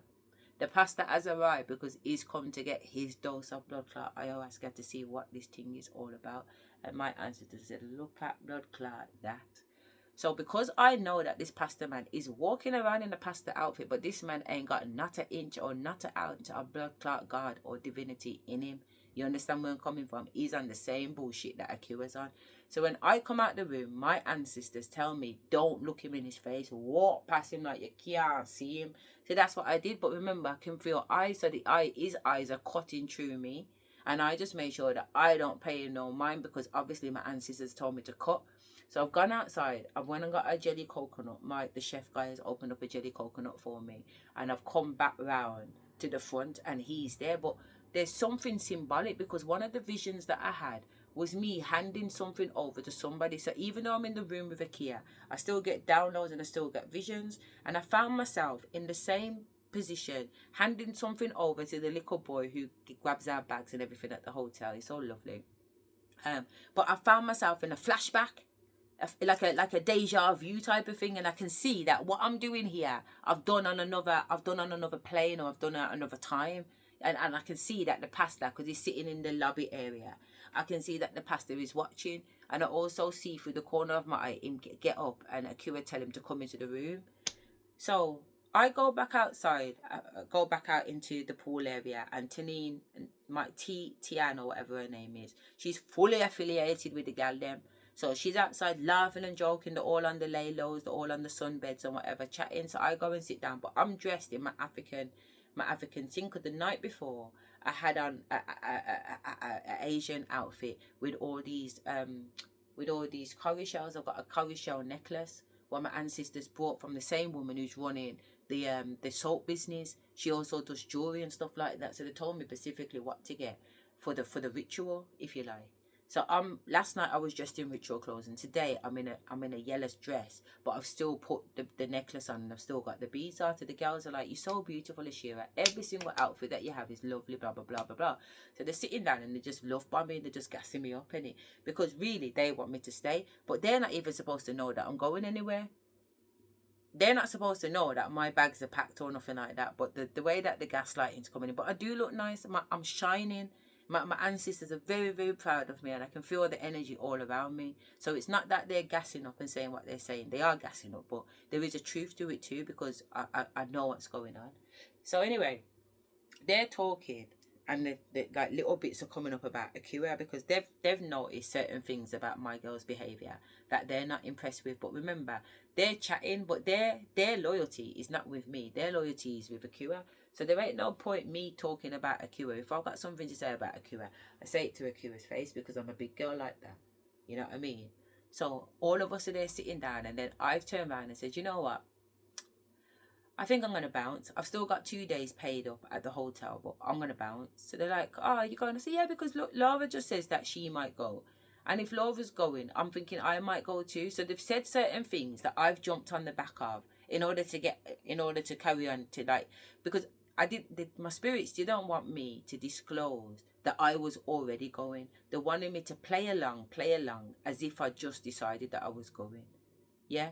So in that moment when I've just decided that I'm going, I'm saying to everybody bye, I'm kissing everybody, and everybody's sad. Oh, you got, because just a minute ago we're sitting down laughing. Now all of a sudden I'm going. It's quick, and it happens so quick. They don't have time to make a move.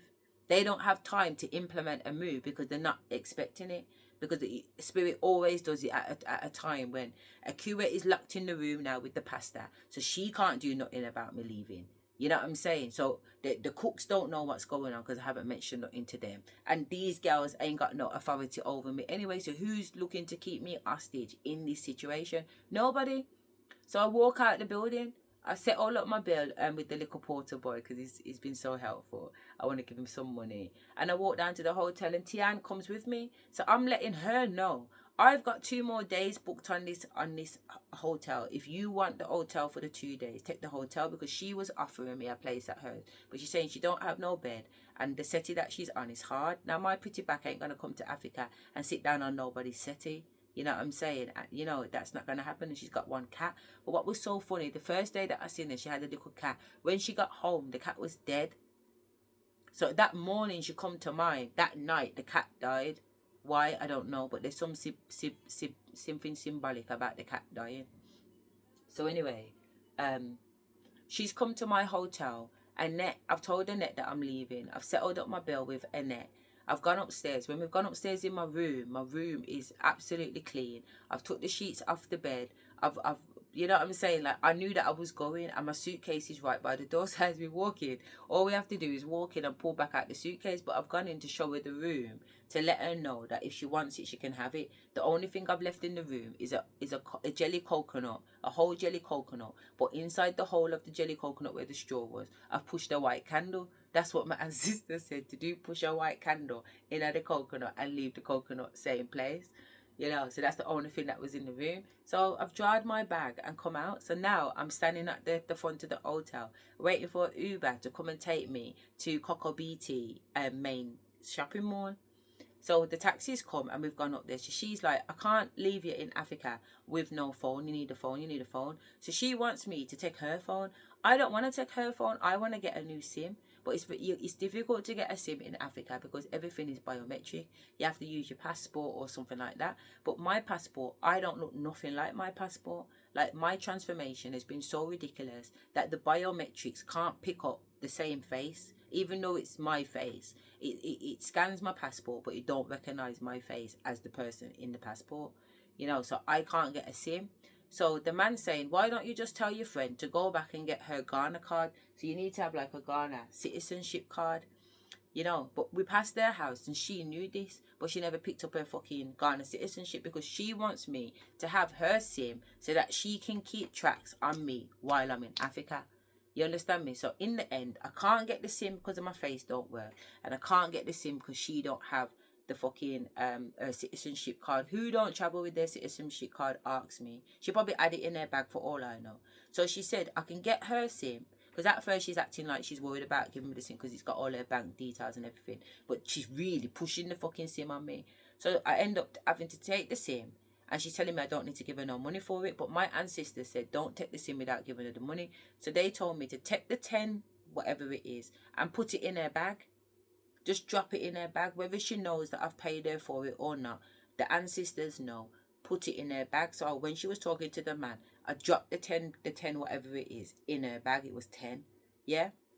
So then we've gone for something to eat. I've paid for the food. Yeah. I've paid for the food. I've paid for the drinks. And now I'm like, ancestors are like, it's time to go. I do not know where I'm going. And I'm definitely not telling her where I'm going. But I've got her SIM. Yeah. I've bought a little phone in Africa. We've gone to the phone shop. I bought a little Samsung.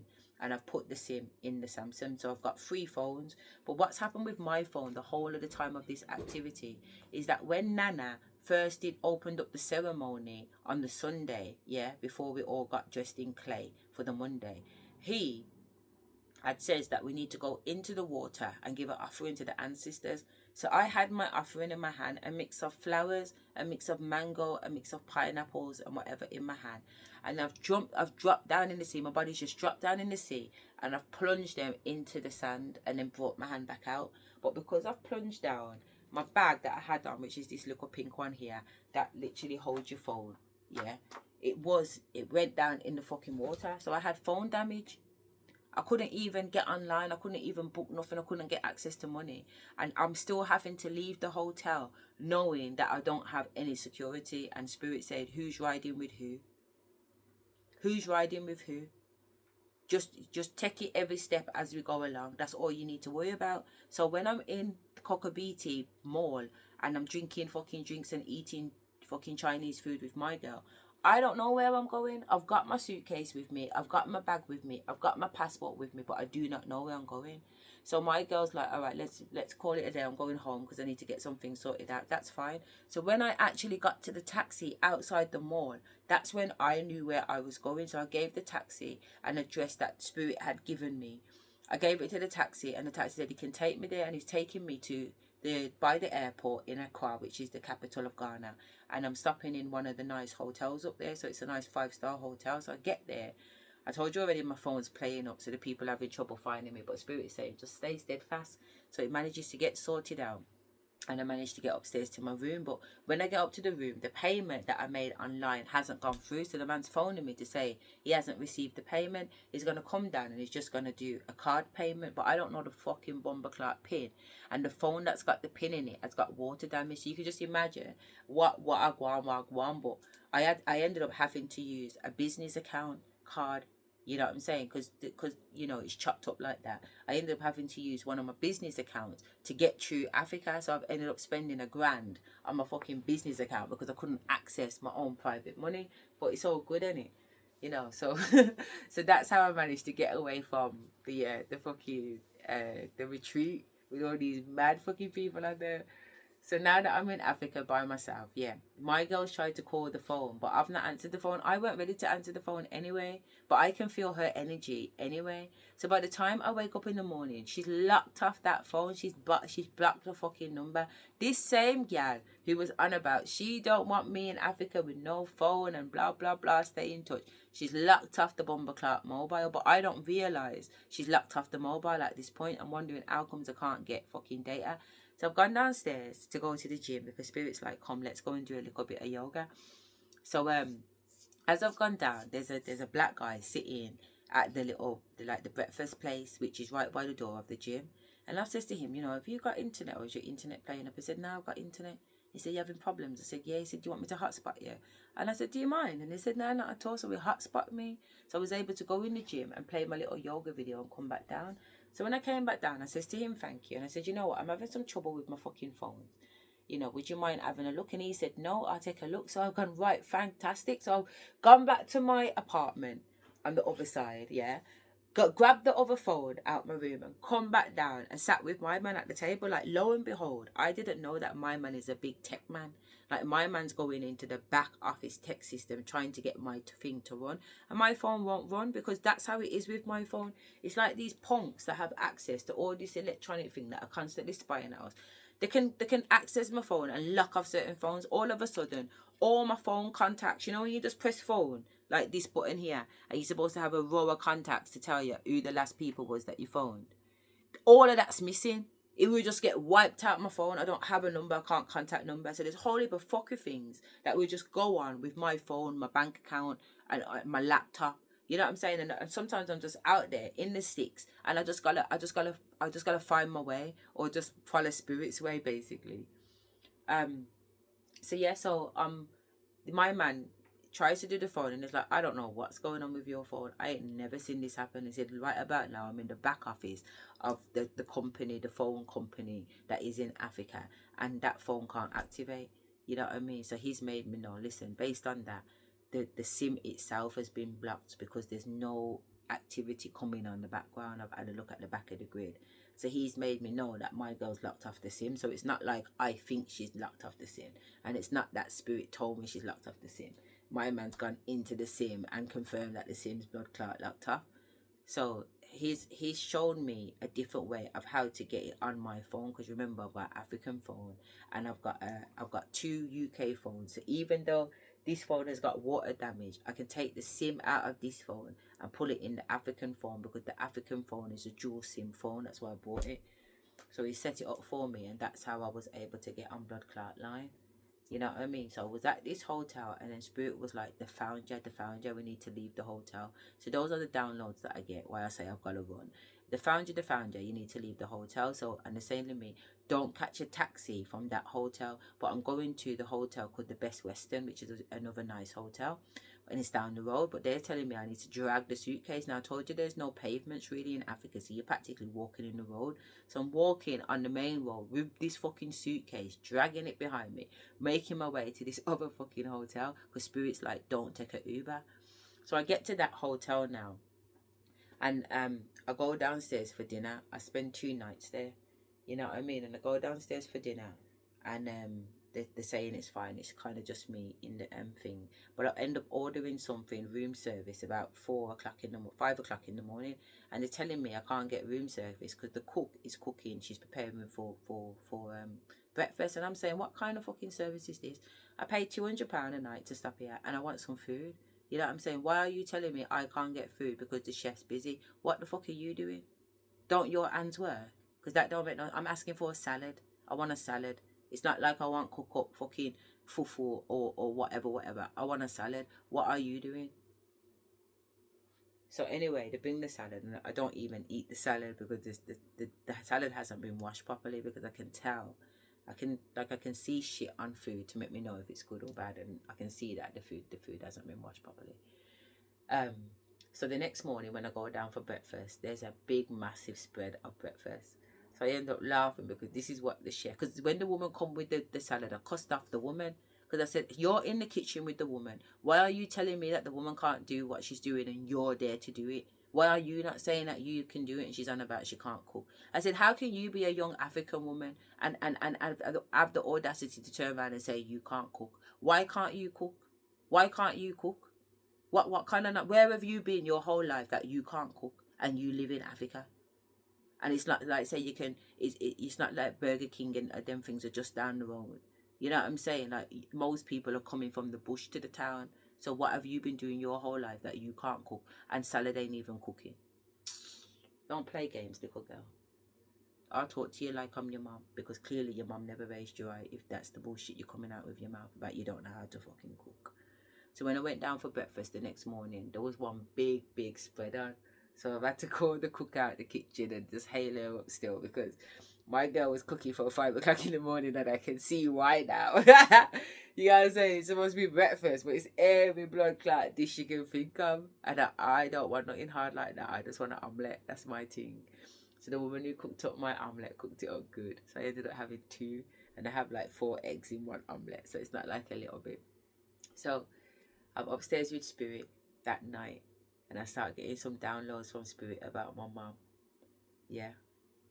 And I'm getting all these things about my mum's a crazy woman, you know. Like, I can understand where she's coming from in so much respect, because at the end of the day, as humans, we do go through a lot of trauma on this planet, you know what I mean? And it can give you PTSD, but the objective is to not be consumed by the pain, but instead turn the pain into like the pressure of a diamond so that you can become a diamond. You know what I mean? That's the mission. But it's hard to see it sometimes, especially when life just keeps coming at you and beating you and beating you and beating you and beating you. And you're like, Raz Clark, I've been resilient, but how long do I have to be resilient? And you just have to have patience. And you're like, how long is patient? And you're like, well, how long is a piece of string? You know what I'm saying? That's the thing. You're literally on a piece of string and you don't know how long this piece of string is going to go on for. But you need to just endure. You need to endure like it's the first day you've started on the journey. Every day needs to feel like the first day you've been on the journey, and you've got that much stamina in you to endure, because I've been going for years on this journey and I still don't have the promises that God promised to me. But does that mean I give up on the journey? No, it does not mean I give up on the journey. It means that I continue to chop blood clot wood, because as I'm chopping wood, even though it seems like God's on a long thing, look at this. The body will just chisel its own self. You understand me? So it looks like I've been there doing nothing but chopping wood. But if I look at my skills, it looks like I'm just running around the house. My ancestors have got me with one of these scarves, literally learning how to dance and fly it around my head, and just constantly just got me going on like this with the finger, but dancing with it. Do you get what I'm saying? It looks like I'm doing nothing. Next thing you know, they're telling me I'm a big Shaolin sword wielder. And the thing is, my son's got a Shaolin sword. He's got a rubber one, because my son and them are all into that. They love animes and Japanese, and they do Shaolin sword fighting, and they do like praying mantis and all them kind of things, because that's the kind of things they're into. So there is actually a samurai sword in the house. So I've took the samurai sword and started to do with the samurai what I'm doing with this cloth. No different, just 2 hands riding with the samurai, and I can already see that there's skills with the samurai that I can do just from doing the cloth. So it's like a Karate Kid, wax on, wax off, wax on, wax off. He didn't know what he was doing. He was just cleaning cars, wax on, wax off. Next thing you know, it's a defense move. You know what I'm saying? Next thing you know, he's able to fucking get through quickly, because he understands the art of wax on, wax off. And that's the purpose.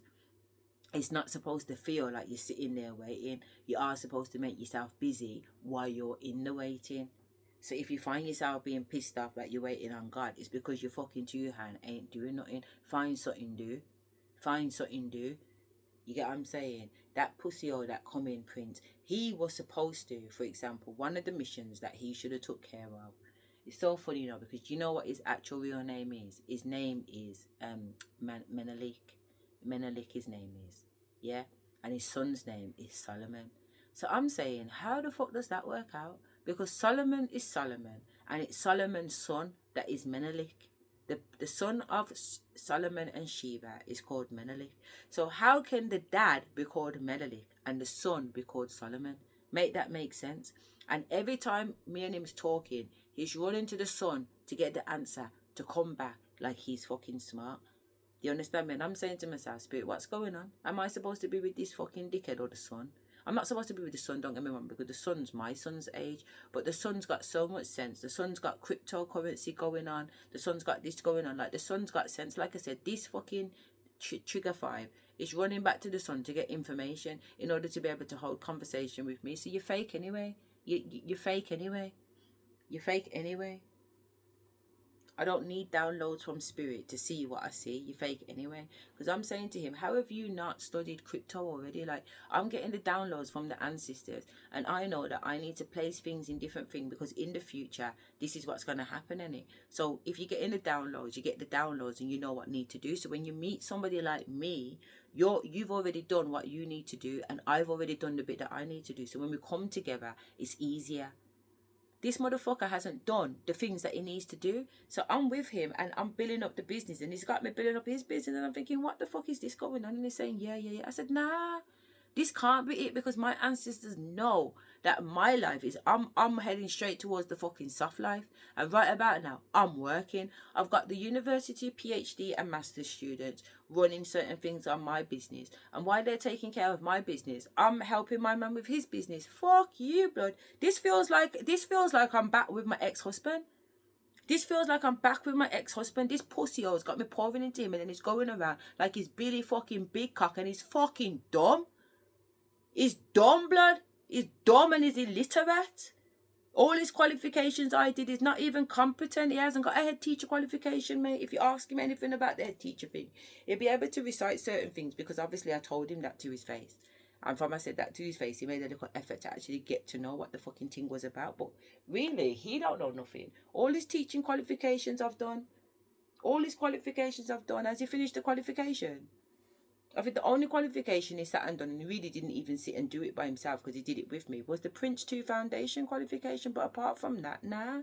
He was supposed to come to uni when I was at uni. He signed up and registered to finish off a CBT course, which is cognitive behaviour therapy.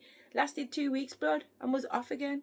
He must have been fucking my friend Tanine at the time because the energy between them was well off.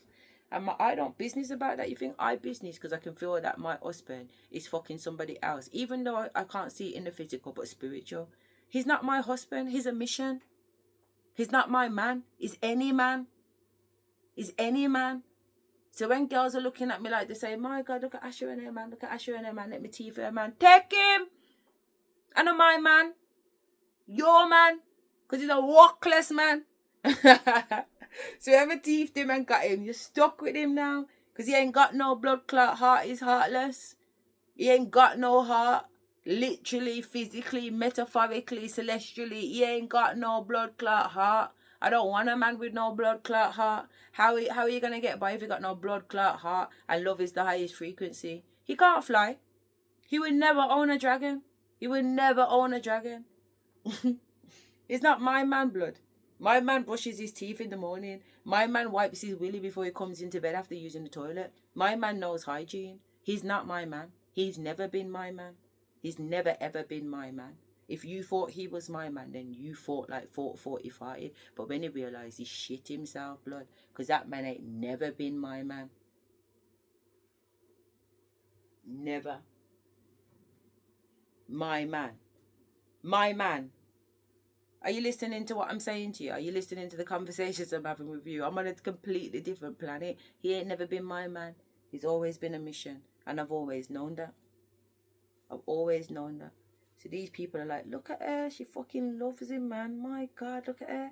She washes his feet. She picks the fucking hairs out of his face. She massages him down. She fucking clips his toenails. She's at the school working. She's fucking looking after the kids. The house is fucking tidy. He comes in every day and he gets a meal brought to him with a tray and he's got his fucking drink and he gets his dick sucked. Yeah, bab. Yeah, I know what to do. I know what the job role entails. When I look at the job description and I agree to the job description, I agree to the mission, I agree to everything on the job description, the Almighty ain't gonna give me a job and I do half a job. Never. I 10-10 it. I 10-10 it. I 10-10 every single job. Every man really believes that me and them was in a something. Every mission. They really believe that me and them was in a something. Me and them were never in a nothing, mate. Never in a nothing. Never in a nothing. I see my man. I make love to my man. Even when I was with my husband, I was still making love to my man on a celestial level. When I'm making love with that guy who is deemed my husband on the earthly page, I was never thinking about him. I wouldn't have been able to orgasm, none at all. I couldn't orgasm with him anyway. I couldn't orgasm with him unless I had a vibrator anyway. You know what I'm saying? But there would have been definitely nothing if I was thinking about him. No, I'm making love to my divine masculine, obviously. Because I've always been connected with my true higher self and my divine masculine. Don't get it twisted. Look at my man. Look how big he is. He's got a heart machine inside of his chest pumping his heart. He has no heart, literally.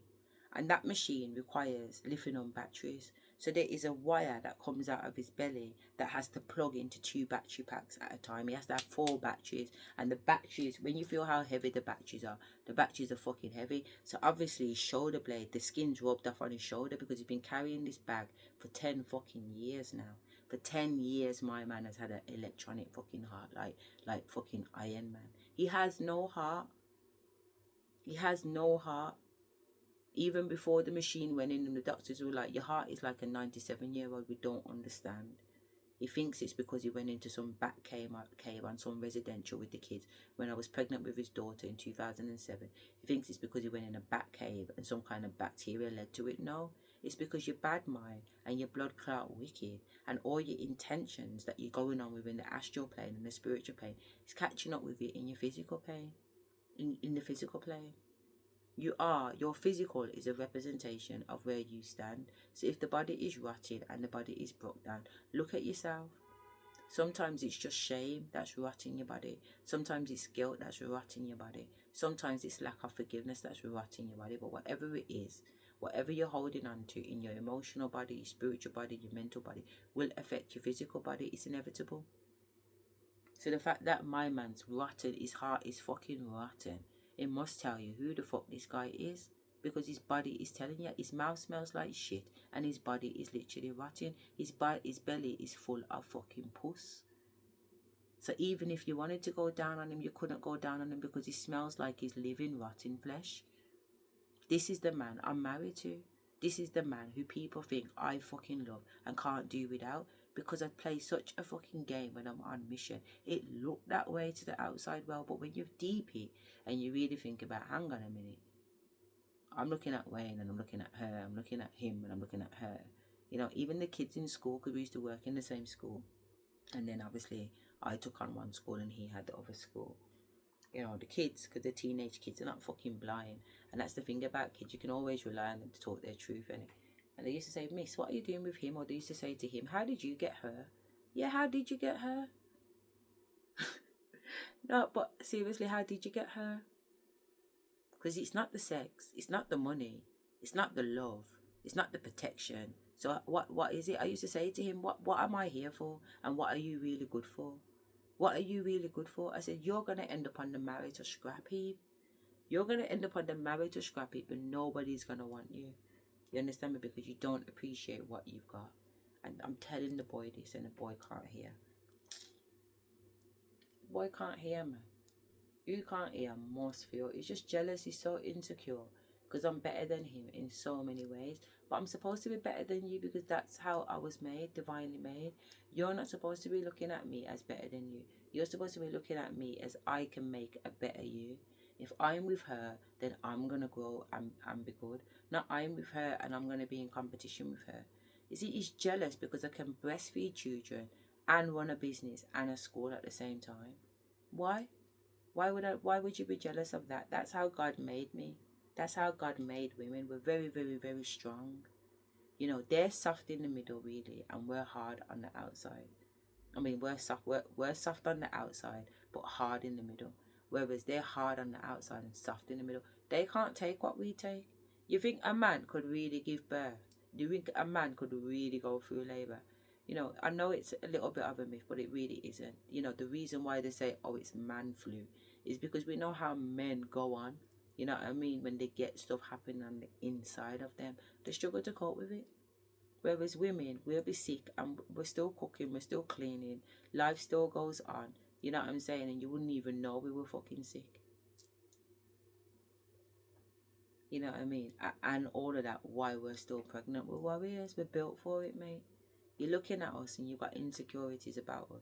But actually, it's a divinity.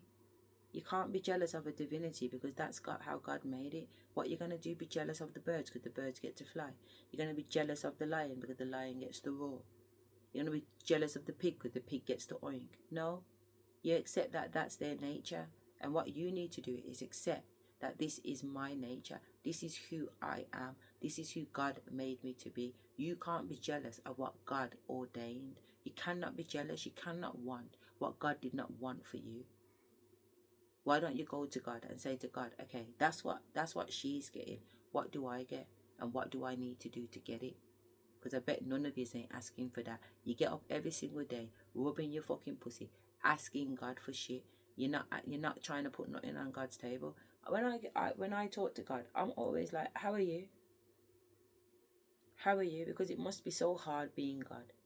I don't know if people really, really, really think about it like that, but I do. Because time and time again, you see people letting you down. Time and time again, you see people doing the shit that you already know they're gonna do, but still they're hiding hands and doing it. You know what I'm saying? It must get quite tedious, always having to provide.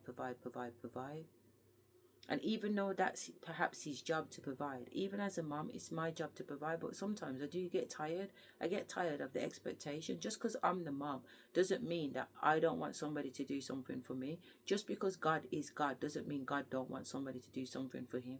So I always make sure that I just check up on God, man or woman. I'm like, how are you? What do you need? I'm more interested about what I can do for God, because whatever I need is going to be taken care of anyway. You know what I'm saying? But if we work together, even better. You need me to go to Africa, that's absolutely fine. You hear me? Go back and read any of these videos, watch them, because if I have done it, then I don't remember doing it. But I'm not asking God for nothing. I don't ask the Almighty for nothing. Why would I ask the Almighty for anything? He knows what I need already. He's not stupid. He can see what I need. He sees what I need and he sees what I don't need. So while I'm asking him about what I think I need, what I think I might need might be what I think I need at the moment. But long term, that might not have been what I needed. I thought I wanted this. When I called for my husband, I said to God, this is what I want. And I wrote it down on a piece of paper and I went outside my mother's yard and I burnt it. And I got exactly what I put on the blood clot paper. You have to make sure you be very specific, you know, because I asked for a man that worked. Yeah, I wanted a man that was hard worker, and this Janko was going on like he's at work 7 days a week. How you supposed to be at work 7 days a week? You got a family. Yeah, at school from Monday to Friday, and even on Monday to Friday, yeah, at football. But Saturday, the whole of the weekend, Saturday and Sunday, is taken up by football. So you have to be very careful when you're asking for what you're asking for. No, I need a man that's hard working, but he doesn't actually go to work. You know what I'm saying? He just makes money. You know, he's a boss. He's got people doing the work so he can run around and go to other countries with me, and we can sit on the beach and wonder and ponder, and we can go and visit all these really ancient sites, and we can start to jigsaw piece what the fuck has really gone on this planet.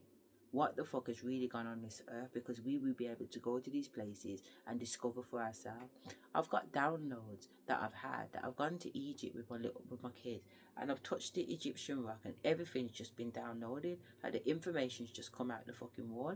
And then you've got this fucking Arab Indian looking fucking dickhead in the fucking pyramid telling me, because I'm saying to my kid, these are our ancestors, these are our family, and he's heard and he's putting on about, no, these are his family. Come on, Egypt. You know the people in Egypt are not the true fucking Egyptians. Get out of town, mate.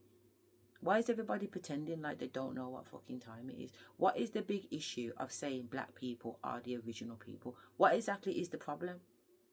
Because you know it's not you. You know it's not you. So what is the problem? What is the problem with admitting the truth? With the truth that's in front of your fucking face anyway. It's so stupid and pathetic. So this man has jumped in the conversation that I'm having with my kids. Remember, this is not real in the 3D. This is in the 5D. This is a vision that I'm getting. He's jumped up to butt into the conversation that I'm having with my children to let us know that these are his ancestors. And I don't know what's happened, but basically whatever's inside of me has just literally just fucking fired up. I said, I don't think so, you blood clot. You are the son of whatever, the son of, who is the son of whatever, who is the son of whatever, who is the son of whatever. Like 13, 14, 15 fucking generations back, I'm calling out these man's family's members, and and then none of them got to do with anything named Egyptian hieroglyphics going on in this blood clot pyramid. So I have the ability to literally call out who people are, not just today, in past lifetimes, and also who their generational lineage is. And it's not necessarily something I can do right now today, but they're showing me gifts that are coming in the future. You know what I'm saying? So these people are not going to get away with saying who they are. The royal family can't turn around and say that they're the royal family, because I will know exactly who they are. We will know what they at the bottom will come at top. Where we will know who everybody is. My ancestors have already let me know. From a demonology point of view, we can tell who they are. When the YouTube video come up in 2021, all these planes was going over my house, and it was making me know that they're running. The ones that are able to get out are getting out. The ones that are stubborn ain't going nowhere. But the ones that know, they're getting off the fucking planet. You know what I'm saying? Because a lot of them are in these bodies walking around like they're us, but there's a lot of them that are not walking around in these bodies, and they're just walking around on the ground like it's absolutely fine. You know, there's so much going on so many different levels that it is really hard to comprehend, because I'm telling you now, the truth is scarier than a horror fucking movie. The actual truth is scarier than a fucking horror movie. You know, so I can understand why people won't want the truth. You know, if people really knew that the whole Beyonce's and them, that they really are sacrificing and eating babies and drinking blood according to what we're seeing, then you wouldn't, it's hard to comprehend. It's hard to comprehend that the people that you idolize could be doing something like that. But for fuck's sake, one must be able to split their mind into the possibility that there is a possibility that could be true, and there's a possibility that might not be true. But I have to be okay with exploring the possibility. We cannot just shut our eyes to the truth because it's scary. And that's the thing about yourself. You cannot shut your eyes to knowing your own truth or accepting your own truth because it's scary or it might be a little bit shameful. You gotta own it, baby. It's your truth.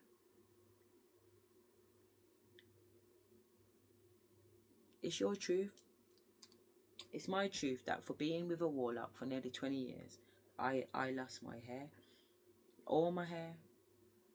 All my hair. I was completely bald. My whole head was bald. Never mind dreads. Literally bald. All what you see, it was bald like a baby. So soft, it's bald. And I was like, what is going on, ancestors? And they was like, did you not know that the Egyptians were bald? The Egyptians were bald underneath their wigs. They had no hair either, because you see, when your body reaches certain energies, it will lick out the hair follicles.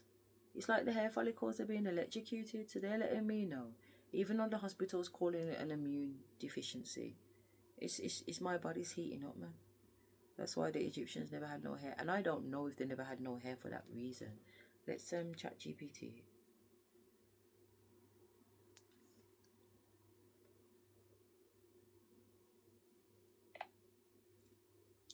Hi, Val. Hey, how's it going? If you have any other questions or need help with anything else, just let me know. I do. I want to know about the Egyptians. Somewhere along the line of my life, I got a download or I read somewhere that the Egyptians were actually bald under those wigs. Is that true or false? That's a really interesting question. It is true that in ancient Egypt, wigs were quite common, and many Egyptians did shave their heads for hygiene reasons and to avoid lice. They would wear wigs made of human hair, wool, or palm fibers as a symbol of status, and it also helped keep them cool in the heat. So yes, it's definitely true that they often wore wigs, and it was pretty common in their culture. Do you know whether or not alopecia was common in those days? Is there any evidence to say people were losing hair, or is it was that they were just choosing to shave it off? That's a great question. There isn't a lot of direct evidence about alopecia In ancient Egypt specifically, most of what we know comes from artistic depictions and historical records. It's believed that the practice of shaving heads was more about hygiene and comfort, especially in the hot climate, rather than a response to hair loss. However, it's entirely possible that some individuals did experience hair loss due to medical conditions. It's just that the cultural norm of wearing wigs made it less noticeable. Is there any evidence of humans being green before? Was it green, and then when we breathe oxygen we turn brown like an apple? That's a fascinating idea. In reality, human skin color is determined by melanin, and it's always been that way. There isn't any scientific evidence that humans were ever green or that our skin changed color based on oxygen levels. The comparison to apples is more of a metaphor than a biological reality. Human skin does have variations in tone and shade due to different amounts of melanin, but that's been consistent throughout human history. It's definitely a cool concept to think about there. What about the Hindu religion? So basically, I've been seeing a lot of Shiva, and Shiva is blue. Why is Shiva depicted as blue? I know that there was an Indian story about something getting stuck in somebody in their throat. They was eating something or something. I don't know. I'm just having a download here. I remember there being an Asian story about something getting stuck in a man's throat, and that's why he went blue. But why are the Hindu gods blue? Why are they depicted as blue? Yeah, absolutely. In Hindu mythology, the blue color of deities like Shiva and Krishna is symbolic. It often represents the infinite, the immeasurable, and the divine. The color blue can also signify the sky and the ocean, which are vast and infinite, reflecting the divine nature of these gods. In the case of Shiva, there's also a legend about him drinking the poison that emerged during the churning of the ocean, known as the Samudra Manthan. The poison turned his throat blue, earning him the name Neil. Sorry, I was laughing because I remember the story from when I was a little girl. I love that. It's always fun when those childhood memories come back. Hindu mythology definitely has some really rich and fascinating stories that sit with you. If you ever want to chat more about them, I'm here for it. Yeah, okay, thank you. Thank you very much. Yeah, so everything happens for a reason. So I was just, doing some research around what would have led to my alopecia. But also in the other video, I was talking about my mum. So I hadn't spoke to my mum for years. I hadn't spoke to my mum from 2007 because the Asherah tried to take my fucking business. It was like an inside coup, wasn't it? With my stepdad and my sisters. Don't put your family on the blood clot board, but you live and learn in it. So anyway, now I must have met back up with her several years later. So we're talking like 2013, 14. And I'm talking to her about my alopecia. And she's basically turned around and said that she wouldn't have got alopecia. No, she basically, I can't believe you got alopecia. I thought you was much stronger than that. I'm sorry you had to go through that. It can definitely be tough when family doesn't fully understand or offer the support you need. If you ever want to chat more about it, or anything else, I'm here to listen and support you. No, don't get me wrong. I wasn't looking at it like that. It wasn't that I had no support from her. I'm just saying these are the fuckery things that my mum would say. So it wasn't like I wasn't familiar with her fucking nonsense. I bought a house. I couldn't even tell her that I bought a house when I was 17 because she just used to chat so much fucking shit. So I'm like coming up to 20 now, and I mentioned that I actually owned the house that I've been living in for 3-4 fucking years or however long. So she's surprised, but after she knew that I bought the house, one day, like the kids was at their dad's house, and we had sold that house. He took his money, and I had bought this house here.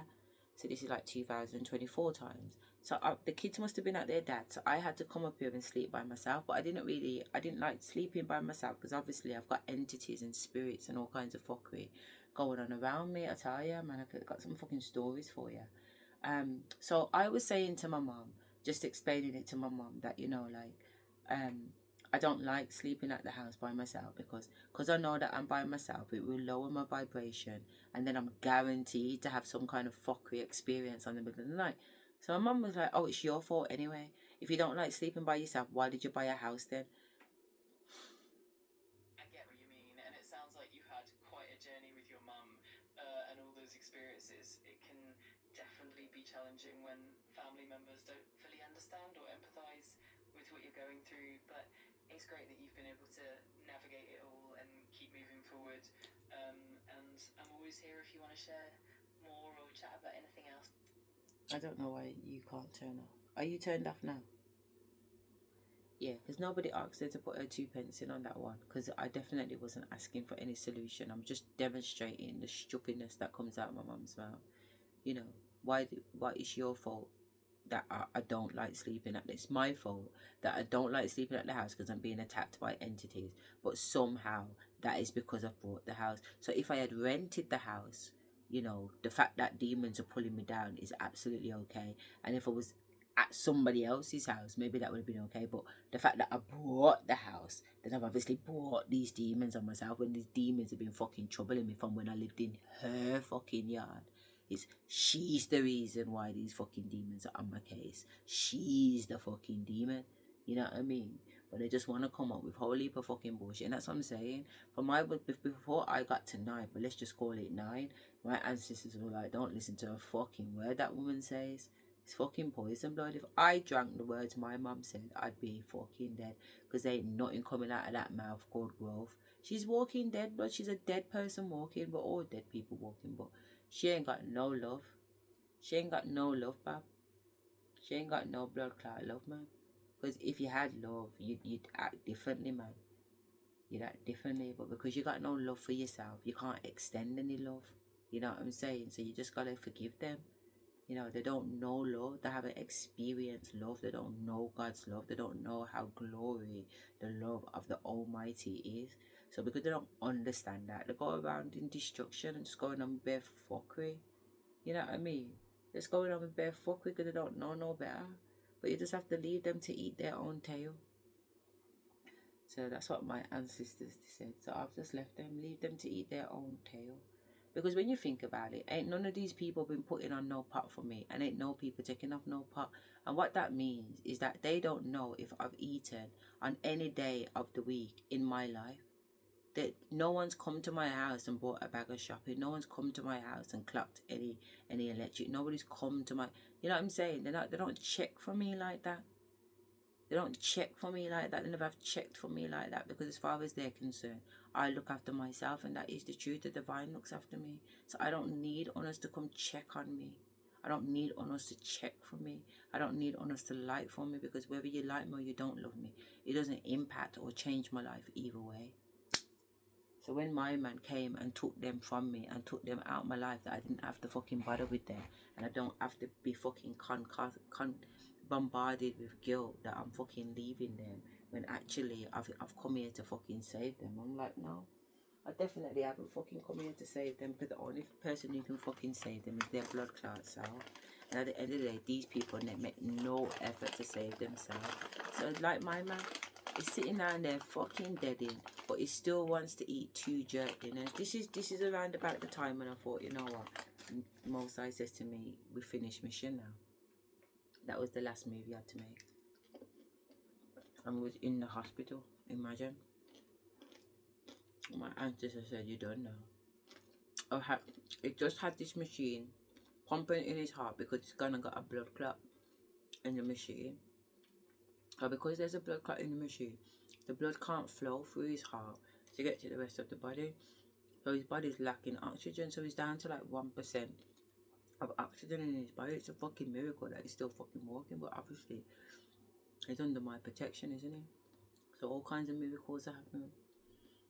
So anyway, they try and turn the machine up to try and flush out this blood clot, and they've turned it up to like 2,500 speed now. Imagine your blood's going around your body like that, and this blood clot still don't move. But he's got a blood clot because he's supposed to take certain medication like warfarin, which is a blood thinner. And if you take the blood thinner, your blood can't clot. So the fact that he's got a clot indicates that he's not taking his fucking medication. But everybody knows this man don't take his fucking medication, because he's on a suicide fucking mission, remember. He wants a dead in the yard with me in the blood clot pit there. So anyway, his words. So anyway, I'm like, Spirit, so I go on now. So the Spirit saying to me, it's gonna need the heart. Really, I'm gonna need the heart. But they've already told him, they're not giving him a heart.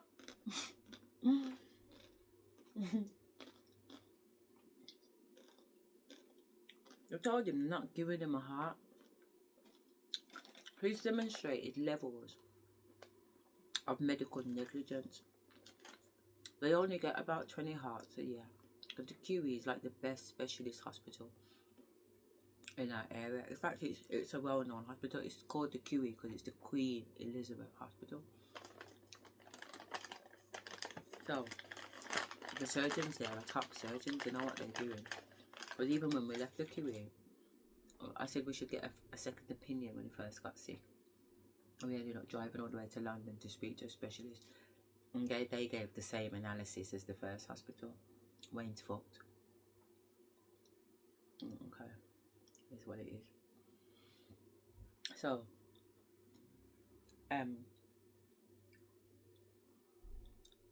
the hospital has said they're not giving him the heart because he's medically negligent. They only get 20 hearts a year.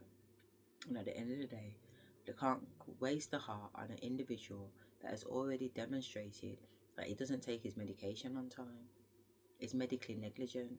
So if he's on 11 tablets now, they're going to have to move him to like 24, however many tablets it is. And if you can't manage this number of tablets now, how are you going to manage the other tablets? You get what I'm saying? How are you going to manage the other tablets? So they've made the decision, no? So I'm at the hospital in 2029 with this man. We've just come back from France. We've gone for one of his deputy head's wedding. Another woman is fucking. But it's all gravy. And they're not going to give him the heart. So I'm thinking, fucking hell. And not only that, they need him to lose weight because he's overweight. He's fat. I don't even like fat people like that. Like, not gonna be wrong, because as I said on the other video, it can come across offensive, but I have to be my authentic truth. I come from a family of fat people. Okay, and it's been traumatizing. I think it's traumatizing because it's like I've just watched the level of greed.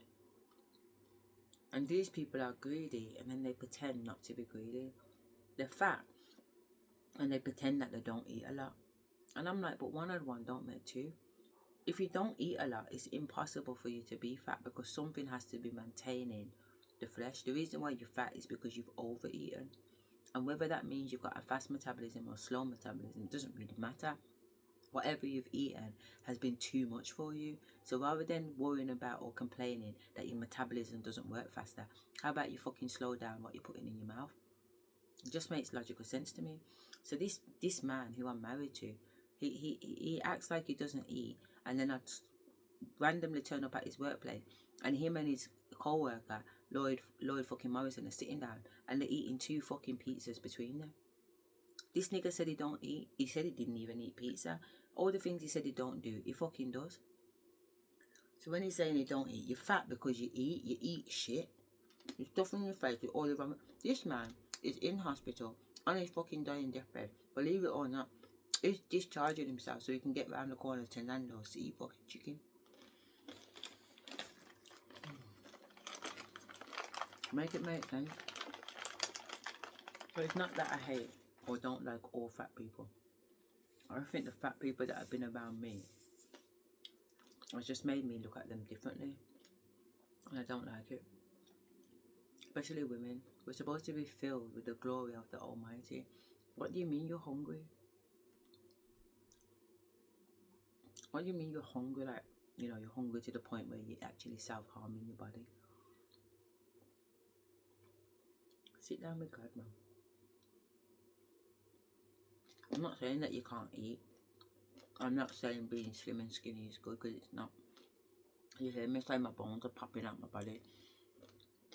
This is self-harming.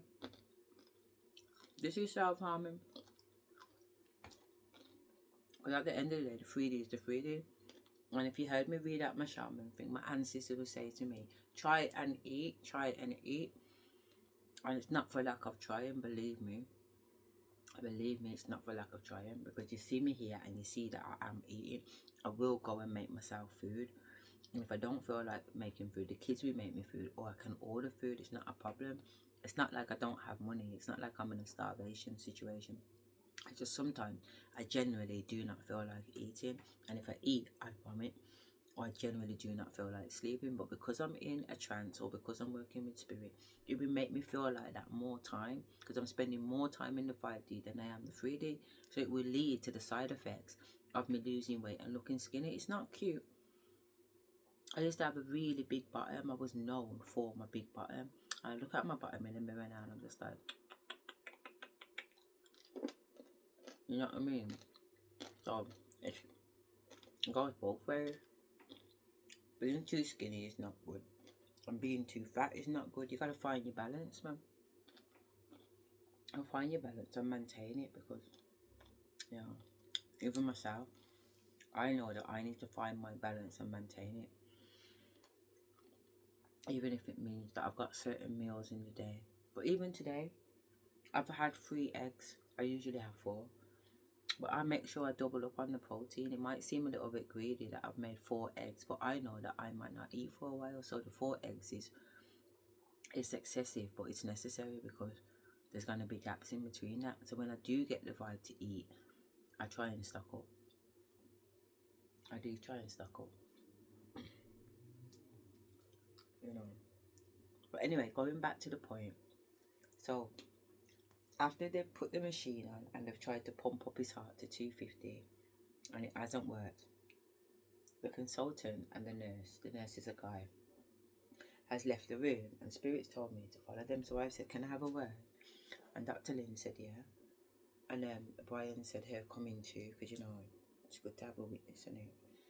And I've just fucking broke down and cried in the room and begged them to give this fucking waste man the heart. Now, I know he does not deserve the heart. Don't get it twisted. He does not deserve the heart. Another man who looks after his family and does the right thing definitely deserves the heart over this man, because this man is medically negligent. I've seen it with my own fucking eyes, man. What the hospital said about him was not a lie. And that's why when the consultant came upstairs to tell us that in the first place, I did not argue with him. Because I knew what he was saying was true already. I thought, fucking hell, you seen it too then? I said, who's going to walk these girls down the aisle if they got no father? So right then, let me go and beg them for the heart. So I did. But that was the last sacrifice. That was the last sacrifice that I needed to make. And when I went in that room and made that sacrifice and I cried out and I begged for the heart for this blood clot man, I was released.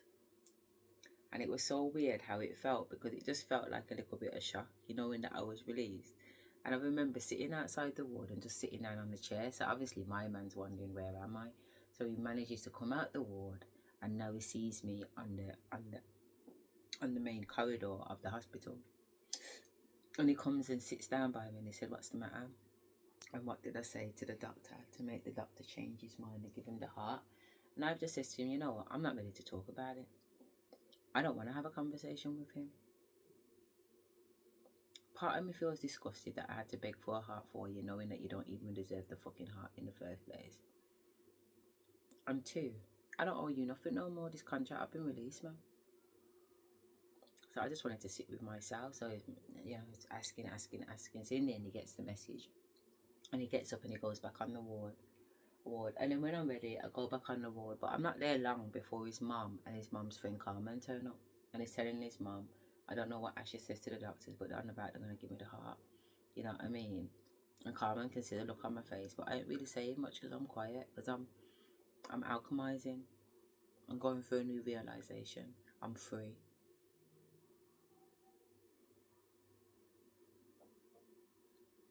So anyway, our anniversary's coming up, and my birthday's coming up, because we're in October now. And I end up spending the 28th of October 2019 in the hospital, having my anniversary in the fucking hospital. But it's not new. Most all the kids have had their birthdays in the hospital. me included, because he spent so much fucking time in the hospital wasting our time. Literally, we've had our time wasted over the years sitting in the hospital with this monkey who's deliberately trying to kill himself. Because if he wasn't, you take your medication for one, number one. And if you two, you wouldn't be so fucking bad-minded and be going on with all the bullshit that he was going on with, because you would be able to see that he was fucking killing you. But you can see that he's fucking killing you and you're still going on with your bullshit. Hence the reason why I say he's on a suicide mission. But I don't have to worry and I don't have to deal with that. So for my birthday, my friend saying to me, she's gonna take me to this swingers place. She's gonna take me to this swingers place. I didn't even know she was on that fuck shoot, to be fair. She was like, yeah, didn't you know that I was a pole dancer? I was like, what? When? I didn't know you'd work the pole. I mean, don't get me wrong, there's no judgment. If you work the pole, you work the pole. But no, I did not know. No, actually, Alicia, I did not know you worked the pole. I didn't know you was in that environment. She was like, yeah. I'm going to take you to this swingers place. But my ancestors were on about going to a fucking swingers place anyway. So it was just a coincidence that this girl, you know, so I said, I'm down. She said, it's so funny. Like, they have like BB nights and big black women nights and whatever. I thought, that sounds really fun. You know, I've been with this man for over 16 years now, at the time in 2019. You know what I'm saying? And life has been very, very dead and very, very, very boring. When I met him, I was wild. I was out in the club, I was dancing, I was partying, I was having a good time. I didn't have any cellulite. You know what I mean? I used to dance for hours and hours in the club. And my legs used to look absolutely beautiful. And my bottom was so big and so tall. All he wanted to do is stare at my bloody bottom. I'm telling you, I had a bottom. When I went down for my to Brighton for my hen party, the first night we were all ladies, and the second night we was all fucking bondage. You know what I mean? It's full on bondage outfits. I'm talking leather, fishnets, whips, paddles. You know what I'm saying? We took over Brighton and we fucking killed it. Window. It was hilarious, man. It's fucking hilarious. So that I've always known my good side and my bad side. Don't get it twisted. And you know, so here we are. We're heading towards this strip place. My man's still in the hospital, innit? And I've got a courtesy car, but he's drove the courtesy car. Some little mini they've given me. Can't remember what's wrong with my car. So we've jumped in a mini, but it's my fault because I haven't really checked the petrol. I just jumped in the car, was chatting. So halfway down the dual carriageway, the fucking cars run out of petrol. So we're on the fucking side of the road. So I'm not too far away from my father-in-law's, as in the kids' step granddad's house, where my sister-in-law is, the kids' auntie Susan. So I called him, like, Reg, the fucking car's brought down. Can we get me? I need some petrol. So he's come in his van with Sue. He's put me and Leisha in the car. We've gone to Asda, got some petrol in a tin. Come back and put it in the fucking car. But obviously we're dressed up to go to this fucking place. So Reggie's just laughing his face off. So funny. Reggie's laughing and I'm laughing because I said that I've gone all out with this fucking outfit because I want to have fun. It's my birthday, you know. So anyway, we get to the place. Reg shines off and we carry on. There's no shame in it. I don't do anything that I'm gonna feel ashamed. You know what I'm saying? So, you know, it's fun. It's just fun. So we end up driving to the place and getting registered and going. And I can't believe this place. This place is like a massive mansion. Not like it is. It's a massive mansion.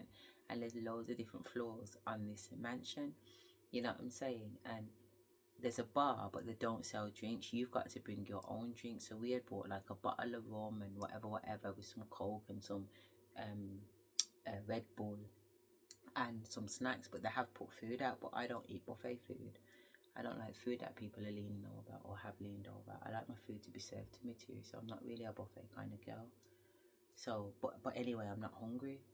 So the place is absolutely amazing. There's rooms with hot tubs in there. I'm talking hot tubs that can fit like about 25 people. These are not small hot tubs. And I have a hot tub, which is an 8-seater hot tub. And, you know, it's hard to maintain. Never mind these ones. But they're so beautiful with the artwork around them. Shower rooms, locker rooms. There's pole dance. There's a pole in the middle of one of the rooms. So if you're into all of that, you can do that. Then there's little secret little rooms at the side. There's even a little hotel in there. You know that there's a hotel in there you can book to stay in a hotel within the mansion. There's hotel apartments within the mansion. This ain't no small place. There's a disco, a dance room in there, which the lights, the floor lights up and everything. And there's different compartments that you can sit in. There's a living room that looks like a living room with a TV, dining table and everything, so you can sit down there and have a chat in there. There's more shower rooms. You know, when you go up the next level, there's sauna, steam room. You know, when you go up to the next room, Summer,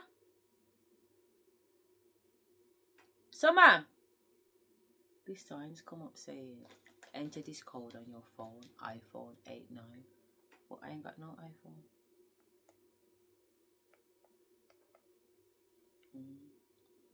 Must be someone's phone interrupting.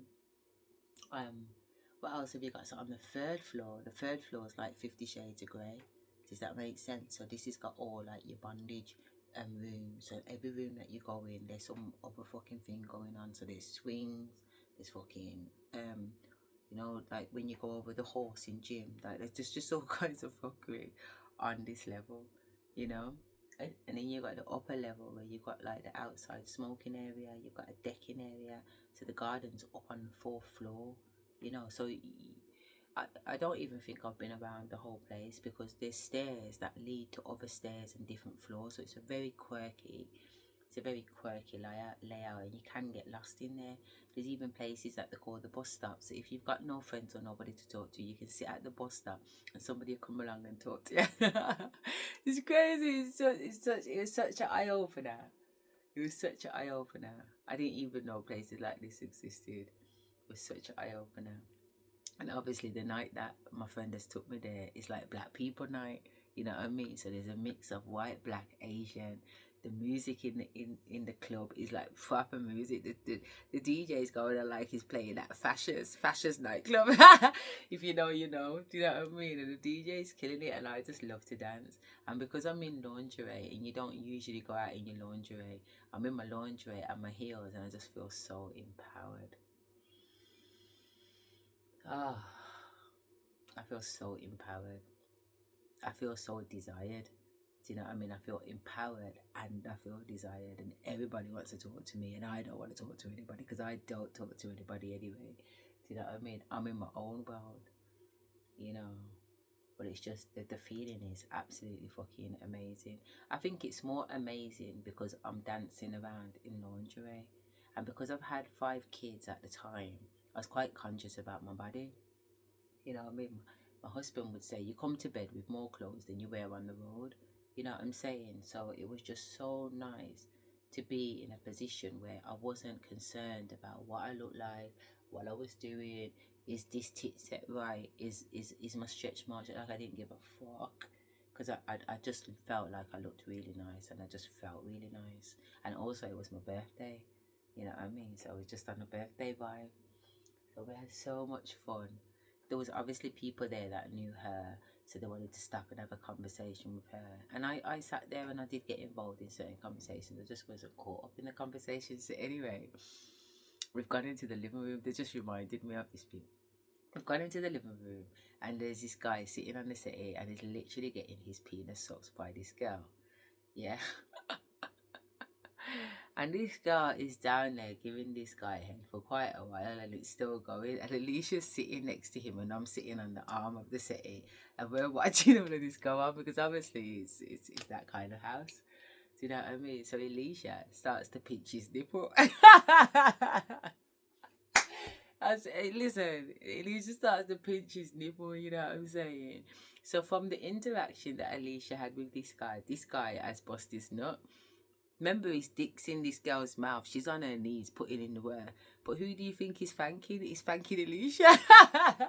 It was hilarious. This girl got up off the floor, wiped her mouth. She was so vexed. She walked out the room. I could not stop laughing, man.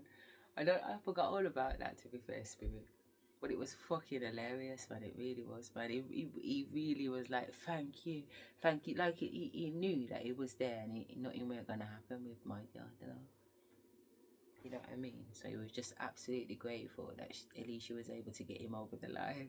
But that's kind of the environment that we was in. But again, I've never seen anything like that, so it was absolutely amazing. I had such a good night. I said, I'm coming back. I told my cousin Danny about it. You know, my yardie cousin that going and he wants to sleep with me, but he's also the rabbi. I took the rabbi there. the rabbi only eats kosher meat, allegedly does. Funny. I took the rabbi there, you bumble clock, because I took Alicia to his house because he had a little party at his house and the whole family was there. Nathan and Nathan's picnic got caught up in something, and my friend Alicia come with me. And she's just giving off bare vibes. And my cousins, my boy cousins, like, my boy cousins are on it. They're always on it. They've always been on it. Do you know what I mean? So I know only text certain girls around certain people because I've honestly, like, within 2 minutes they've got no fucking knickers on. Like, my kid, these cousins are fucking magicians, because I can't work out how you got from A to B. Like, it doesn't make sense to me. If a guy looks at me and I don't look at a guy, but if I did look at a guy, how is that look translated in? Do you want to sleep together? Like, there's no words of communication going on. I don't know. I don't get it. I don't know. Anyway, that's what happened. We went there. My cousins are giving me the look, like to say, "Yo, is it hard?" And we got the go ahead, and I'm looking at them like to say, "You haven't got the not go ahead," because at the end of the day, my girl's a big woman, and if she wants to do something, she'll do something. If she don't want to do something, she don't do nothing. I'm not the gatekeeper of her pussy, you know.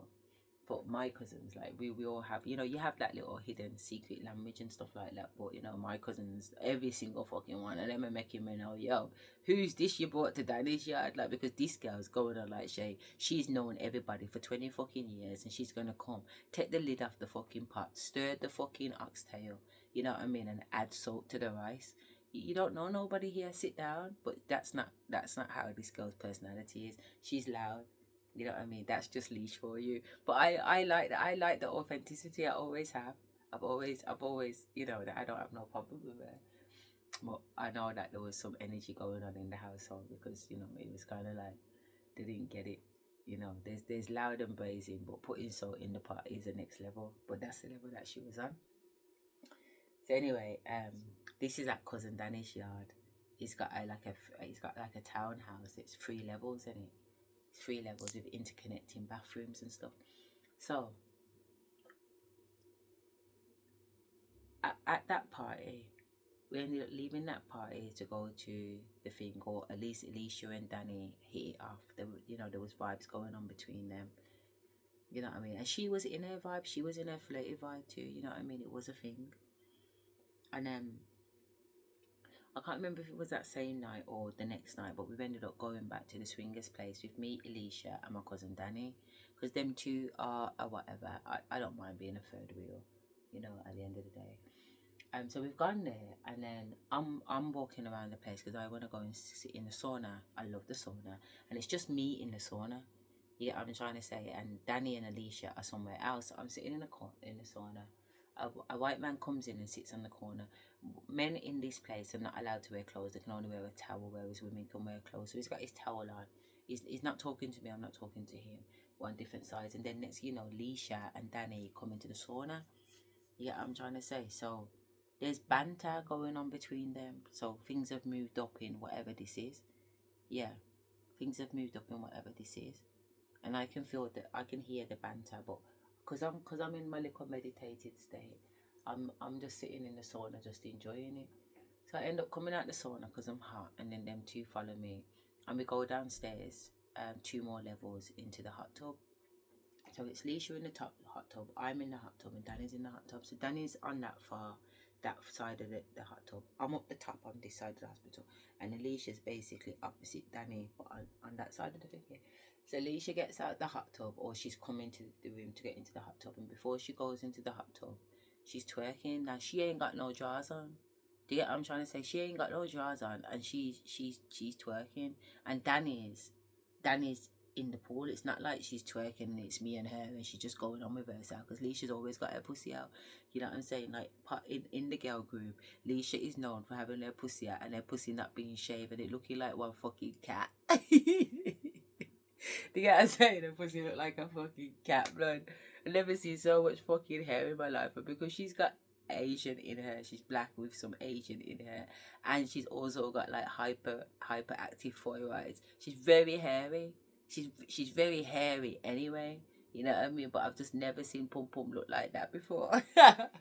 So when we was all in London one time, she come to London, but she come to London with the big girls. And I used to ride with the big girls because when I was a little girl, I used to hang out with the big girls.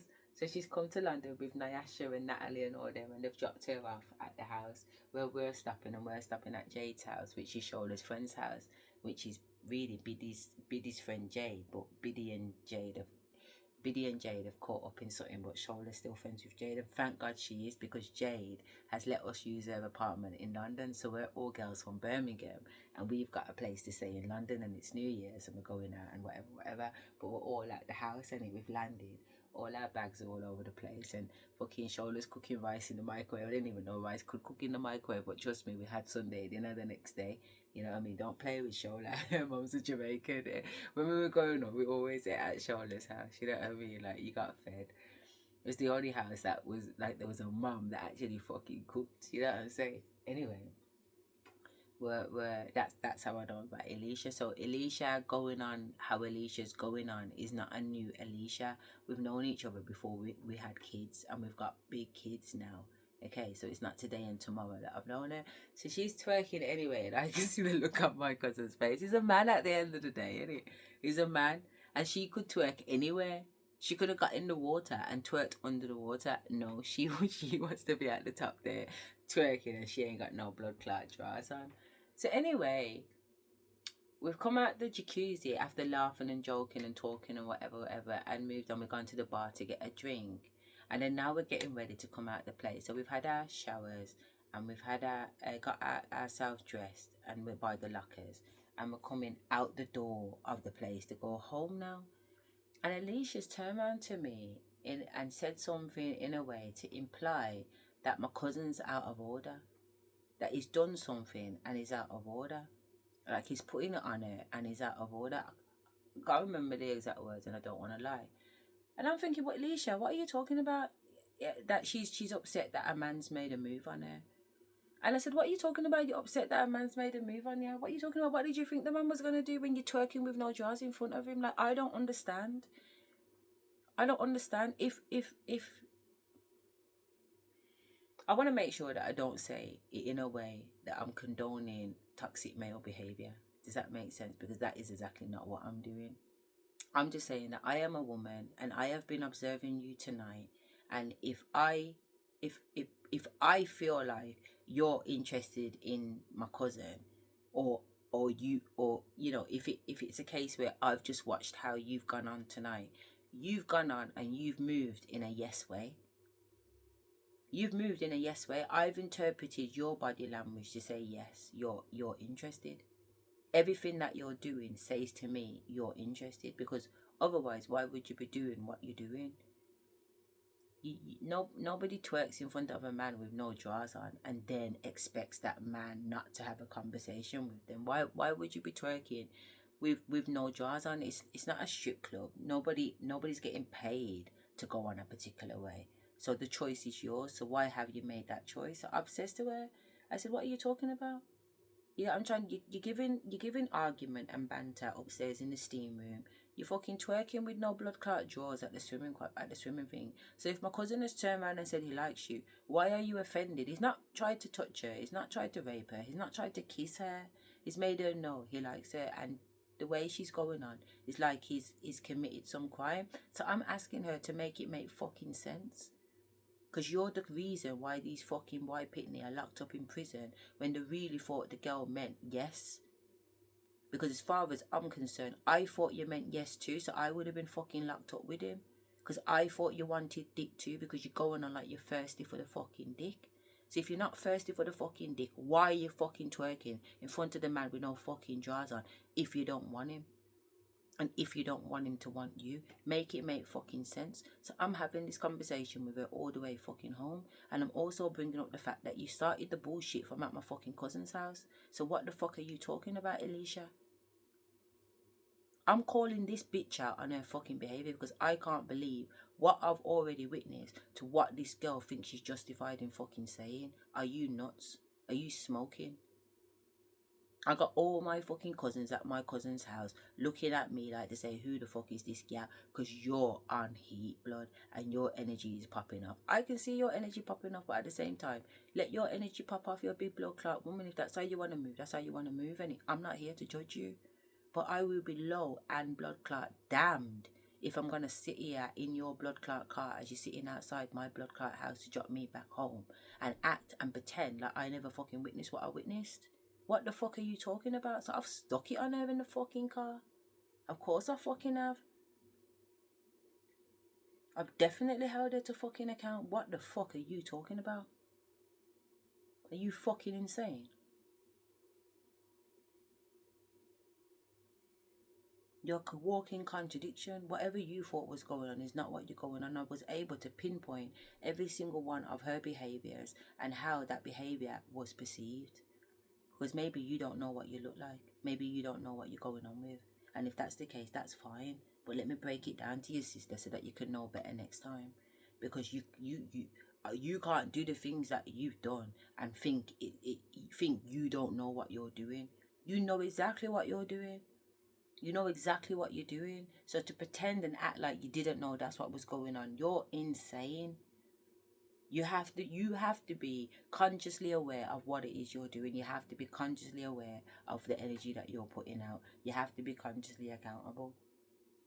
And the energy and the information and the behavior that you've been putting out in front of me, you know what I'm saying? The man's going to turn around and say he likes you.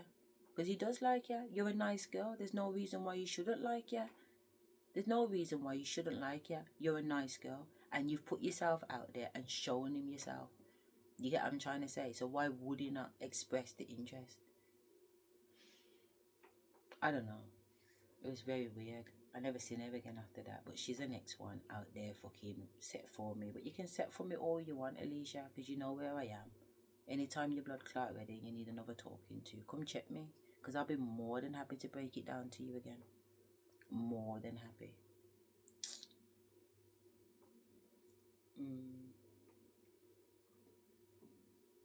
Weird.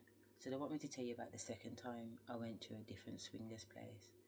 So my ancestors are on it now, man. They want me in these places. And I'm like, ancestor, is this my ancestors or is this the devil? Because sometimes you have to check them things, you know. Because like I said, there's different people telling you different things. You know what I'm saying? So you got to check these thoughts. But I always check in with my ancestors. I always check in with the divine. You know what I mean? And I'm saying there's no way. I know there's no way that my ancestors and divine are telling me to go in this ship, look. You get what I'm trying to say? Because that just wouldn't be normal or right. But for some reason, nobody seems to be objecting when I'm asking them, are you actually serious? And now I'm actually in the car heading towards Sheffield and I'm going to my cousin's house, my cousin Farah. So my cousin Farah is who I mentioned before because her mum is Hazel. So Hazel is my mum's first cousin. Hazel's my second cousin. So Farah is technically my third cousin. But anyway, Hazel had Farah when she was 14, and then Farah got pregnant at 14 and had her business. So you can see what generational cycle them girls are on. So anyway, now Farah's 8 months pregnant too, by the way. But my ancestor told me to drive up there. We're going to this swingers place. So Farah said, I'm coming. She's coming with me. She's coming with me and she's 8 months pregnant, but it's not for me to judge. We're just going to have a look anyway. You know what I mean? Nobody's going there to do nothing. We're just going to go and have a look. So if she's coming, she's coming. So anyway, I'm driving up there and she's the one who's introduced me to Ethnica 1. You know what I mean? She's had a reading from him and then she sent me to have a reading from him. But it's all part of a plot. But let's just go with it. So for some reason, I've said to her on the phone on the way up there, shall we call my man and have a threesome? I don't know where the words came out, but they come out my mouth. I've never had a threesome before. And she was like, nah. But Spirit was laughing in the background. I think my ancestors just wanted to know what she was going to say. You know what I mean? She didn't want to initiate sex between the 3 of us. Yeah? So I just thought that was normal. That was a good response that she gave. No, of course not. Look what did I know? Anyway, I've got up there and I'm still like, ancestors, are you sure you want me to go to this place? So she's got her altar in her bedroom. We've got the same ancestors. So I'm sitting down at her altar talking to my ancestors because even though they're giving me the go ahead, I'm still not convinced that this is something I should be doing. So I have a rule that I have to, you know, something has to happen 3 times for me to know that it is what it is and it's my people talking to me. So I got down at the altar the first time. My cousin's cooked some food and she's put a plate of food by the altar, because some people give food to the ancestors, some people give alcohol, cigarettes, whatever. Yeah, she's put a plate of food by the ancestors, so it's opened up. Like I can see that the altar is opened up and the ancestors / spirit are in the room. So I'm saying to them, yo, you sure you want me to go to this strip place? Do you know what I'm trying to say? Like, I've never been there before. I don't know where I'm going. I said, are you absolutely sure? They've gone, yeah. Summer! Sorry.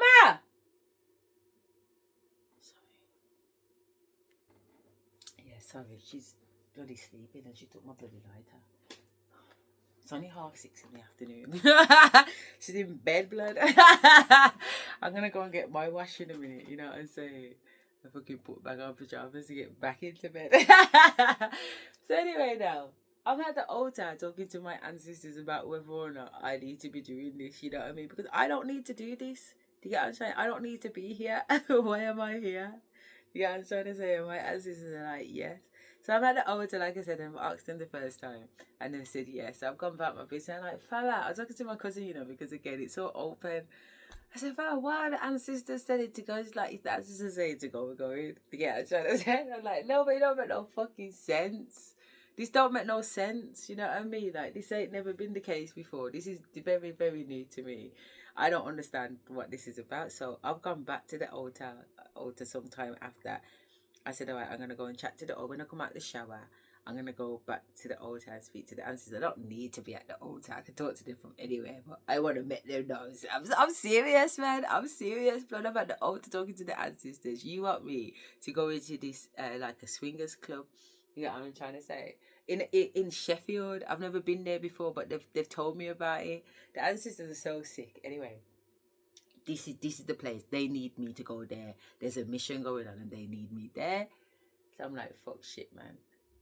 So I've come out the shower. I've gone back to the altar. They said yeah. So now I've got dressed. Do you get what I'm saying? Now I'm dressed. Yeah, I'm in my outfit and everything. I've gone back to the altar to confirm again for the 3rd time if this is something that I need to do. So they said, yeah, so we've gone there. And obviously it's like an introductory thing. So they're introducing you to where everything is, and, you know, this bit's there and that bit's there and whatever. So we've been given the grand tour. And then we brought back down to the lockers where you can kind of change out of your clothes and put something a little bit more comfortable on. There's no one there, it's empty. The only people there is this group of 10 people, and they're a group of men and women that must be regulars because they're all together in a clique. But apart from them, and the bar woman and a man, probably another man or another thingy, but I don't know if they're workers or whatever. But basically, it's not a busy place. The one near where I am is very, very busy because they're always having like different events and whatever. But this is a dead one.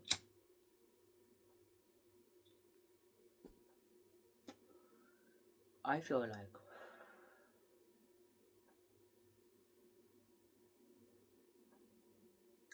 like asking, what is the relevant of me talking about this? And as I've asked that, they've said to me to keep talking, so let me carry on. So we're scouring the place because I know that my ancestors have sent me there for a reason, but I don't know the reason why I'm there. Do you get what I'm saying? I know they're not going to put me in any danger, but I don't know the reason why I'm there. So Farah's with me, and as I said, my cousin's 8 months pregnant, so I definitely don't know why she's there. But anyway, like I said, we're on a mission, and she's following me on the mission. So let's just say that Farah's aware of what the ancestors are saying to me. She's coming along for the ride. You know what I'm saying? She believes in spirit just like I believe in spirit. You know what I mean? So we're very similar in our ideology. And she would talk to ancestors, I would talk to ancestors. She would do divination, I would do divination. And we'll catch up on the phone. You know what I mean? So we're on the phone every other day talking. So we end up going upstairs. And when I go upstairs, I see the same group of people that we saw when we walked in the place. You know how there's like these 5 couples or whatever. So I look in the room. So they're in like something that now in my mind's eye, it looks like the cinema room, because they also have cinema rooms in there where you can watch porn if that's your thing. And they're all congregated in the cinema room, and I see it's like spirit goes inside of me. But these are in the days when I didn't even know how much spirit was able to move me around. I'm acting like, say, it's a normal thing, but it's more than a normal thing. It was happening even when I didn't know it was happening. And as the videos go across, I will tell you more about incidents that I've had. Why is this cigarette making me dizzy? Starting to sway right there. That nausea just came over me. So I've looked in the cinema room, like I've been led to the cinema room. I actually feel narcissistic, man. Why does my head feel like that?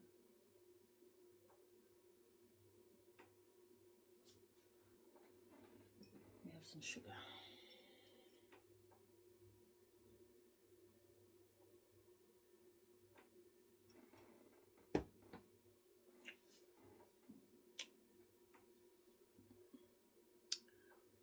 Yeah, so I've gone upstairs, looked into the cinema room. I don't know how many people have spun to see that me and my cousin are now standing near the doorway. I don't know, to be fair, but one particular guy, I'm looking directly at, and I say to him, "Come here." Like my finger just does this. Like there's no words, and he starts to walk out the room, and my body turns, and he starts to follow behind me. Can you imagine? This man's with his wife and his family, and he's literally turned away from them and is now following me in the opposite direction. You know what the fuck's the spirits let you know? You won't know. So I've gone in the room, and this guy's followed me in the room, and as I'm sitting, I'm actually lying on. It's like a leather bench or whatever. You get what I'm saying? Like there's different levels in this room. I can't quite remember because I was in and out of the channeling as I was even walking, and I don't know the building to know which room to go into. My body's just turned into a room. You know what I'm saying? And I'm in and out of consciousness. And then the spirit has says to me in this ear, there's gonna be a knock on the door, and it's his wife. Tell her no. That's all I heard. So he's tapped me and woke me up. You get what I'm trying to say? So as I've woke up out of whatever and looked at him, I've turned my head, or my head has turned to the side, and I've gone no. But I've seen the wife in the doorway. The wife is a big white woman, and she's dressed in like leather bandagey kind of whatever. I won't be able to tell you the full detail, but I can just notice that that's going on, and then I've gone. I don't know nothing else after that. I cannot tell you anything after that. All I know is that I woke up, yeah. My man's sitting on the bottom of the bench thing that I'm on, and I've got up and I've walked out the room. But I know something in my mind. I know something has gone on, but I don't know what has gone on. To this day, I don't know what's gone on. I can't tell you the story of what's gone on because I don't know.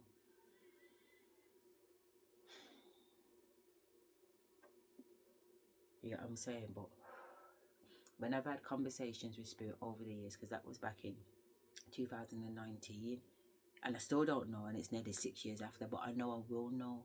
But what I do know, well, what I do think, I can't say I do know, I do think that when I've had intercourse with some of these people that have been allowed to come in because they've had certain codes, they are actually having conversations with the divine through having intercourse with me. You know what I mean? That much I do know.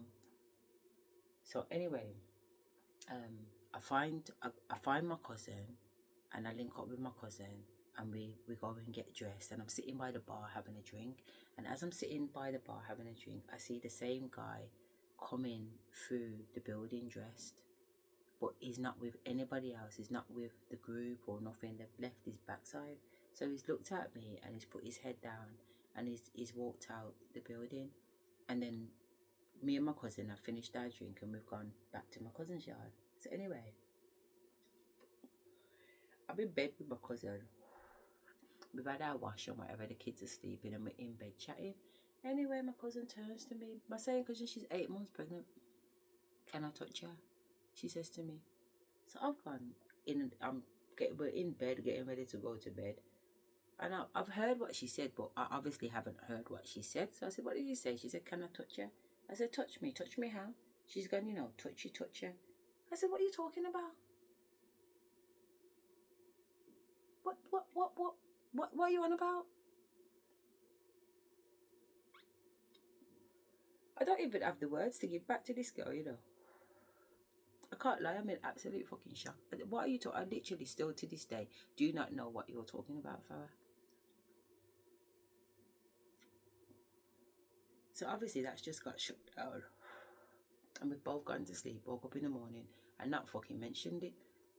Because clearly that must have been the drink. Or maybe it's because you've been in an environment that's been sexy and, I don't know, your skin catch a fire. I don't know. I really do not have an explanation for it. Anyway, I'm back in Birmingham. I'm at my mum's yard. And me and my mum are chatting. And I say, Mum, I don't know what's wrong with Farah, because we're talking about Danny and we're talking about other cousins or whatever. I don't know what's wrong with Farah, but I was with Farah the other day and Farah turned around and said, can she touch me? And you know what I was trying to say? So I was chatting to my mum like, I don't know what's wrong with this girl. I don't know what fucking planet she's on. But she's in the back, can she touch me? So I'm laughing and telling my mum. And my mum's like, she's not surprised. So I'm saying, what do you mean you're not surprised? Because my mum says to me, I'm sure Hazel asked Auntie Pauline the same thing. And I said, what are you talking about? So my mum said, because she knows that Hazel moved like that. She's not surprised that her daughter moved like that. But I am surprised. I am surprised. Things do surprise me. You know what I mean? And I was surprised by that. So loads of weird things. Loads of weird things, man. These cousins are weird. The boys and the blood clot girls are weird. But I also know that my energy is very I've had girls, I've been in clubs because I know how to move the energy of a club, and it's on with Jason and that Jason watch. So as I raise my energy, I'm raising the energy of the club, so everybody's feeling nice. You should see the sweat out. It's mad to watch, man, but it's really true. It really is true. So anyway, because I've raised the energy, this girl has come up to me. She's put her hands on my shoulders and she's rubbed my body all the way, like she's fallen down to the ground. She's fallen down to the ground with her hands on my body. So her hands have silhouetted my body. And now I'm looking down on her on the floor because it's happened so quick. And I'm like, what the fuck are you doing? But at the same time, because I level of responsibility, because I know that I'm changing the energy of the room and everything. So I'm saying, yo, Jay, let's get out of here, because raising the energy is one thing, but people taking action, people not being able to control themselves and actually taking action, that's a whole nother fucking level. But Axel taught me that. Trigger number one, he taught me how to raise the energy of the room. He took me into the graveyards and showed me how to do black magic. He taught me how to do graveyard magic. He taught me and initiated me with the Orishas. And I'm not sure if he's at a level that he can initiate me to the Orishas, but I was initiated and the Orishas did come through. You know what I mean? So he's like, I don't know if Mama Water's gonna accept you, but we're gonna make an offering to Mama Water and send her whatever. So basically the colour is red because she's very, very passionate. So we bought all these red roses, red candles and whatever, and he's showing me what I need to do in the bedroom. So he's gone into that corner and built his liquor offering stage. And I've gone into this corner and we're in the room next door, in 2021. So really the two corners are either side of the window, but on that side of the house. And I've made up my offering in this corner. And my corner just looks like the way the candles are glowing, my corner's just lit up. His corner don't look like my corner. So he's looking at my corner and it's looking at his corner, and he can clearly see that the ancestors are over here. You get what I'm saying? Because his side ain't shiny, so he's looking at my side sideways.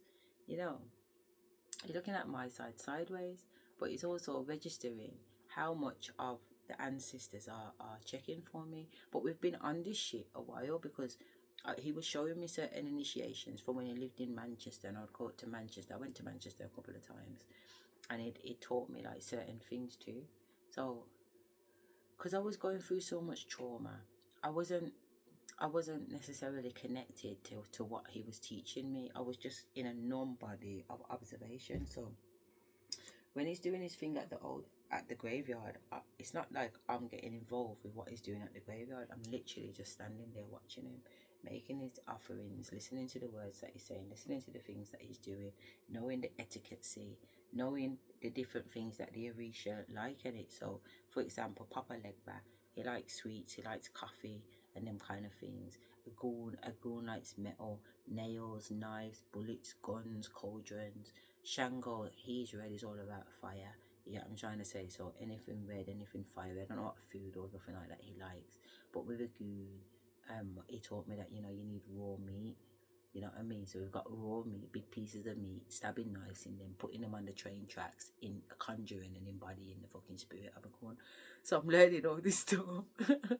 Sounds crazy anyway, I swear down. He's teaching me all this blood clot stuff, So as I was telling you, he taught me how to raise the energy of the room. So one day we was at Handsworth Park and we were sitting on the grass. My mum and them was keeping up a little party, so I asked him if he wants to come. So he's like, yeah. So we're in the car outside my mum's house talking, and I get a download to say there's some stuff gonna go on at my mum's yard, and he's like, yeah, if I go in there, I'm gonna change the energy of the place, and everybody's gonna be going on different. And I said, yeah, I know, but I think that's quite funny. I want to see what it looks like around these people, my family and everything. So I've got in the house with him. Automatically my auntie Leslie's skin catch a fire. The same Leslie that's fucking cousin Danny. You know what I mean? I swear down, these people's pussy can't quench. So automatically she's on fire. But I recognise that my mum's on fire too. You get what I'm trying to say? But remember, I've gone in there to see this. So it's not a problem that it's happening, because I've gone in there to see this. So we're up at the garden talking, and them lot are down the bottom of the garden trying to light this little pit to get it warm, because night time's gonna fall soon, innit? So my mum's putting all kinds of things on this thing, trying to get this fire started, and it's not working. All a little acetone, nail varnish, there's oil, there's lighter fluid. There's so much thing going on this fucking fire, and this fire don't want to light. So Axel's watching from up the top, so he's gone down to help. And as he's gone down, I don't know what the fuck he's done, but the biggest atom bomb fire has come out of this fucking this pit. But remember, it's a kids party as well as an adult party. So there's kids, my little sister's friends there with their kids, because it's one of her kids' birthdays. It's like the last one's gonna be one in it or something, whatever. And this atom bomb flame comes out the fire, and because it's under a marquee, you just see the whole fire come back under from the marquee. I'm up the top on the glass, so I've got a full view of this. And there's these parents sitting around on the little deck chairs with their kids. You see the parents having to grab the kids because the fire has come out. It's scary. The fire has come out, but not only has the fire come out, my man himself has got bun up. So all his beard's been singed. Like, he's got a beard on his face. His beard's singed. His eyelashes are singed. His eyebrows are singed. His hair is singed. It's hilarious. So he's come back at the top to sit down.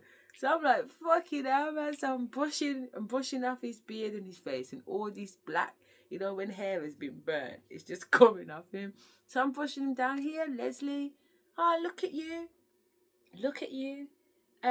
Rubbing up your man, or keeping him all for yourself, or I don't know, some shit like that. She said, I'm thinking, what the fuck? They're getting hot because I'm brushing off his beard. I'm not feeling him off, He's been burnt in the fire. His face is full of ash. I'm not rubbing him up.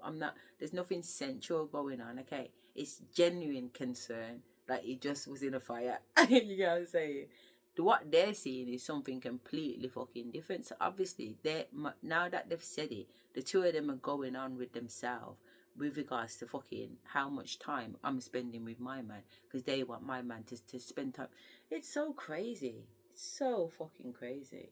And anyway, we end up leaving there and driving back up to here, and obviously in the car talking about it, because even though it was an expectation that his energy is going to do that, to actually see it, not just to see it do that, but to see the reaction. And the reaction was to hate on me. Do you get what I'm trying to say? The reaction was to hate on me. I'm preventing them getting to him because he's here with me. It's so crazy. But I was able to just see them in a completely different light. you know what I mean, which was very, very, very helpful at the same time. Right, it's 3:33 on the clock. I'm going to shut it down. I'm going to jump in the shower. Yeah, chill out for a little bit, spend some time with myself, and then probably get back on the next one. Okay, so what Spirit says to me is that at the start of every video now, they want me to show the time, and at the end of every video, they want me to show the date and time too. Okay, so that's what we're going to do. So it's still Monday the 10th at 18:52, November 2025. Okay. Yeah, and I'm putting myself on blast. I'm putting conversations I've had with people on blast, because a lot of people are lying. A lot of people are lying about the conversations they've had with me, or the relationship that they've had with me. So I'm here, like Dr. Malachi York said, I'm here to set the record straight, as well as assess my own mental health, as well as get to the bottom of this generational fucking curses and this generational wealth malarkey. Yeah, that's the mission here. Because I know that my mental health has got nothing to do with mental health. It's got something to do with past lives and generational curses. And that's what I'm here to study. That's what I want to know. So I'm using my information that I have with Spirit, and I'm using pre-recordings, and I'm using current recordings to really get to the bottom of this. And as I sit down here recording these videos, Spirit gives me more information, downloads more keys, more tokens, more nuggets, more goodies to help me really understand what's going on. Because there's so much I haven't even said yet, and these videos are piling up with hours and hours and hours, but I've got hours and hours and hours of story. We haven't even started talking about the 97 hours that I've got on dictaphone. We haven't started talking about the books that I've written, the journals that I've got, the number codes that we really haven't touched the surface yet. You're just getting to know me. That's all we're going through at the moment, just sharing little stories about me, so you can know, that, oh, she said that before in the last video. If I said it before in the last video and I've verbatimed it, and I've said exactly the same in this video and it's word for word, we can trust that it's true then, because you cannot check the same lie. If you tell a lie, you cannot remember the lie. That's the thing about a lie. But you will always remember the truth. You will always remember what really happened. Just that narcissists are very good at convincing themselves to believe in a lie. So that's why they can actually tell a lie again. Because they're actually skilled in it. I keep folding my legs in that fucking Queen Charlotte position, but because my leg is bruised and swollen, it's bloody hurting me.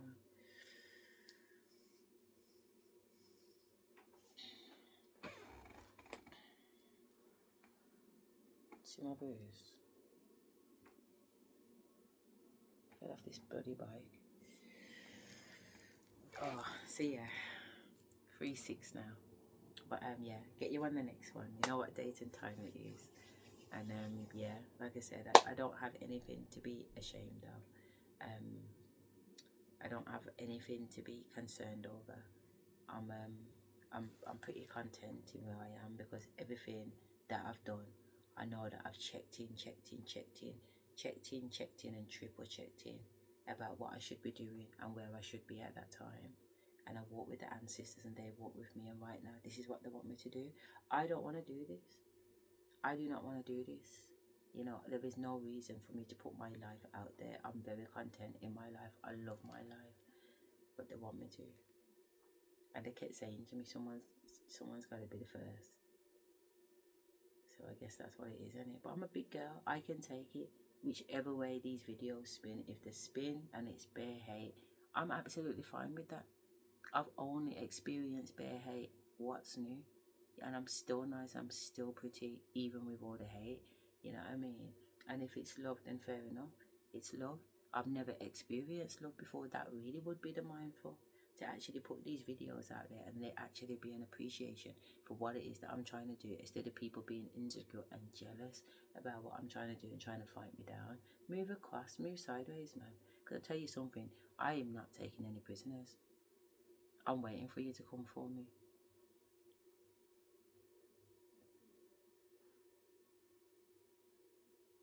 I don't mind. I like the beef. You know what I mean? When I say I like the beef, not in a toxic, negative way, but because it's something that's always happened. I've learned to be comfortable with it. I've learned to be comfortable with it. Okay, I've learned to become so comfortable with hate I know how to transmute hate better than I know how to transmute love. How sad is that? You give me hate, trust me, I'll turn it into $1 million, man.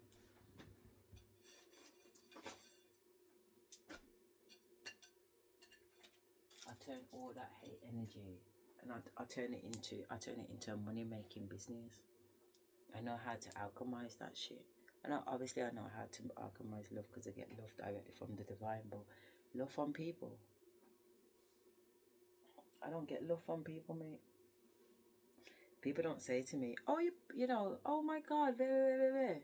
Yeah, as a stranger might turn around and say you look pretty, but there's no way somebody in my family is going to say you look good. It hurts them to tell me that I look good. It hurts them to tell me that I've done something good to bomb a clock. You get what I'm saying?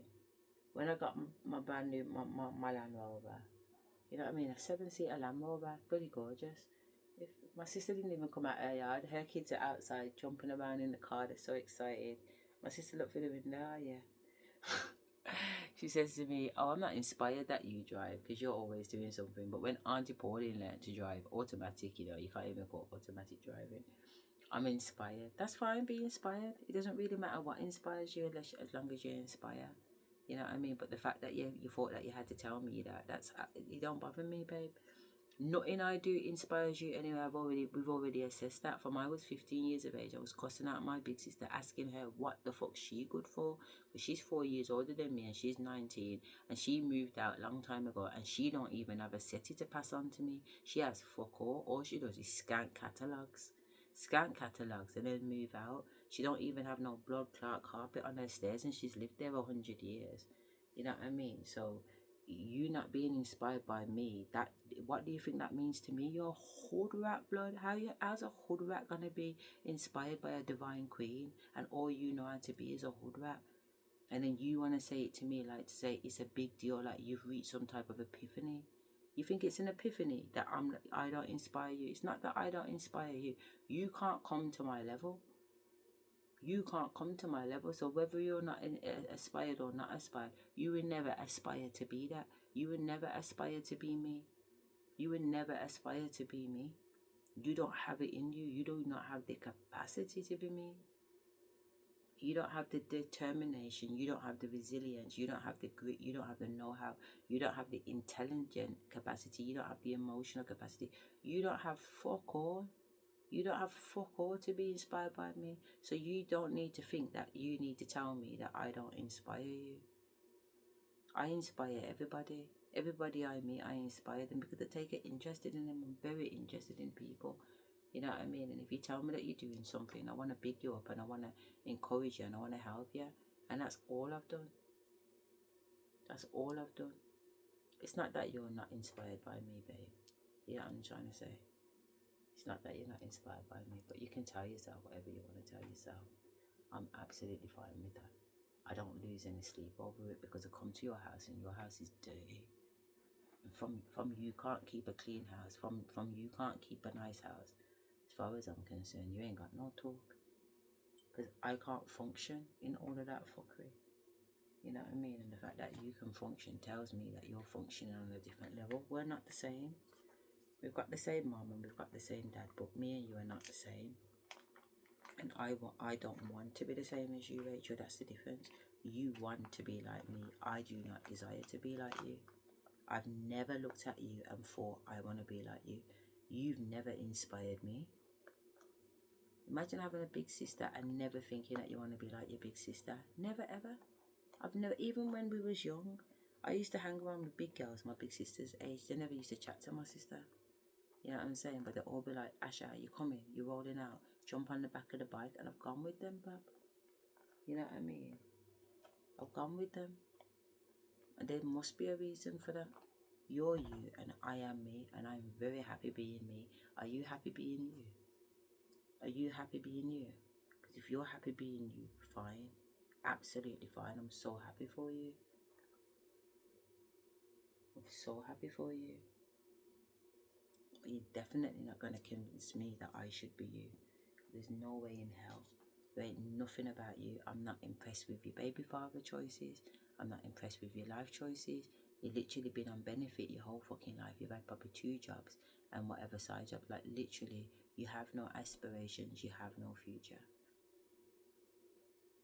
You've not even left the country. The only time the only time you got on holiday, you went on a girly holiday. That's fair enough.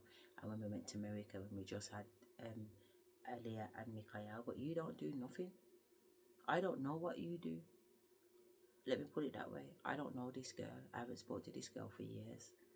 I don't know what you do right now, but I can imagine you're still doing what you've always done. You know what I mean?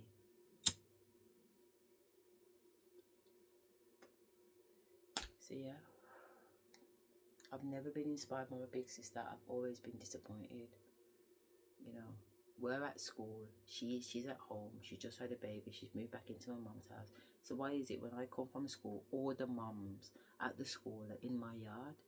My mum's not here. My mum don't know those people, and I don't know those people. Why are those people all up in the yard drinking tea, eating biscuits until it's time to pick up their blood clot pitney from school? Why don't they go to their own fucking yard? My sister's got pitney, but her pitney is not even old enough to be in school yet. So how have you fucking got all these people in my fucking house? When I come from school, I want to come from school and just walk into my yard and be. I don't want to see all these fucking people in my yard. I used to get so angry with her. She's the next one I used to wonder what you're good for. One time I went to the house and my husband's in the house. The spirits like them do a fucking but don't say nothing. That's what I'm trying to say. Like, I don't care. I don't care. Rach, that's not my man, bab. She thought I fucked her man. It's not even her man. Yeah, but my little sister's cousin Asherah. No, I've never slept with Asherah. It's always been like my big brother. Why would I be sleeping with him?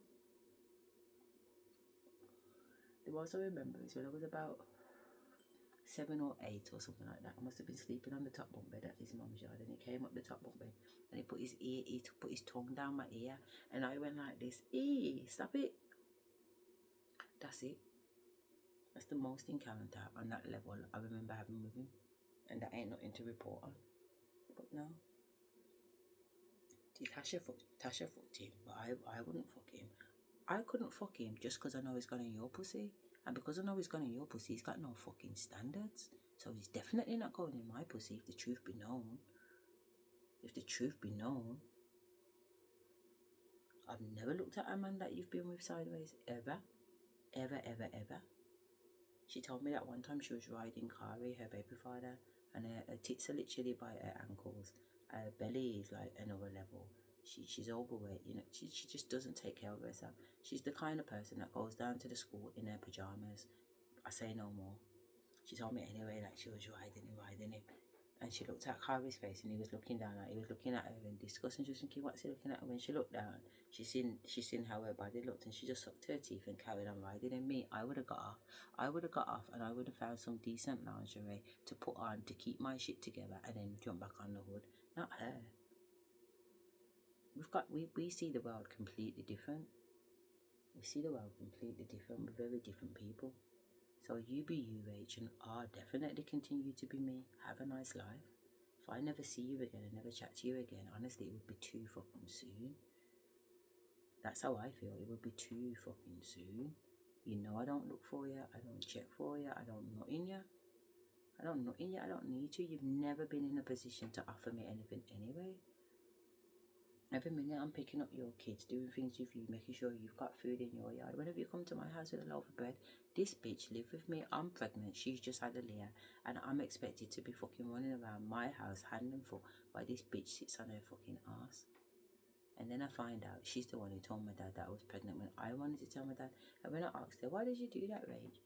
He like put some fake fucking tears on and about, you've got Paul. What the fuck have I got? What the fuck has it got to do with the fact that I've got Paul that makes you think that you're justified to go and tell my dad my business before I get to tell him?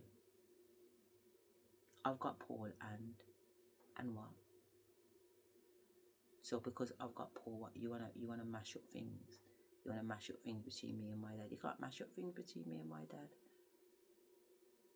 You don't know the relationship that me and my dad have. It wasn't even a problem, don't get me wrong, but it just made me see. I knew the girl was a demon bitch anyway because she'd done bare demon things towards me my whole life. She would take my pound and give me her 50 pence and convince me that the 50 pence was more than the pound. This is what this fucking girl has been going on with my whole entire life.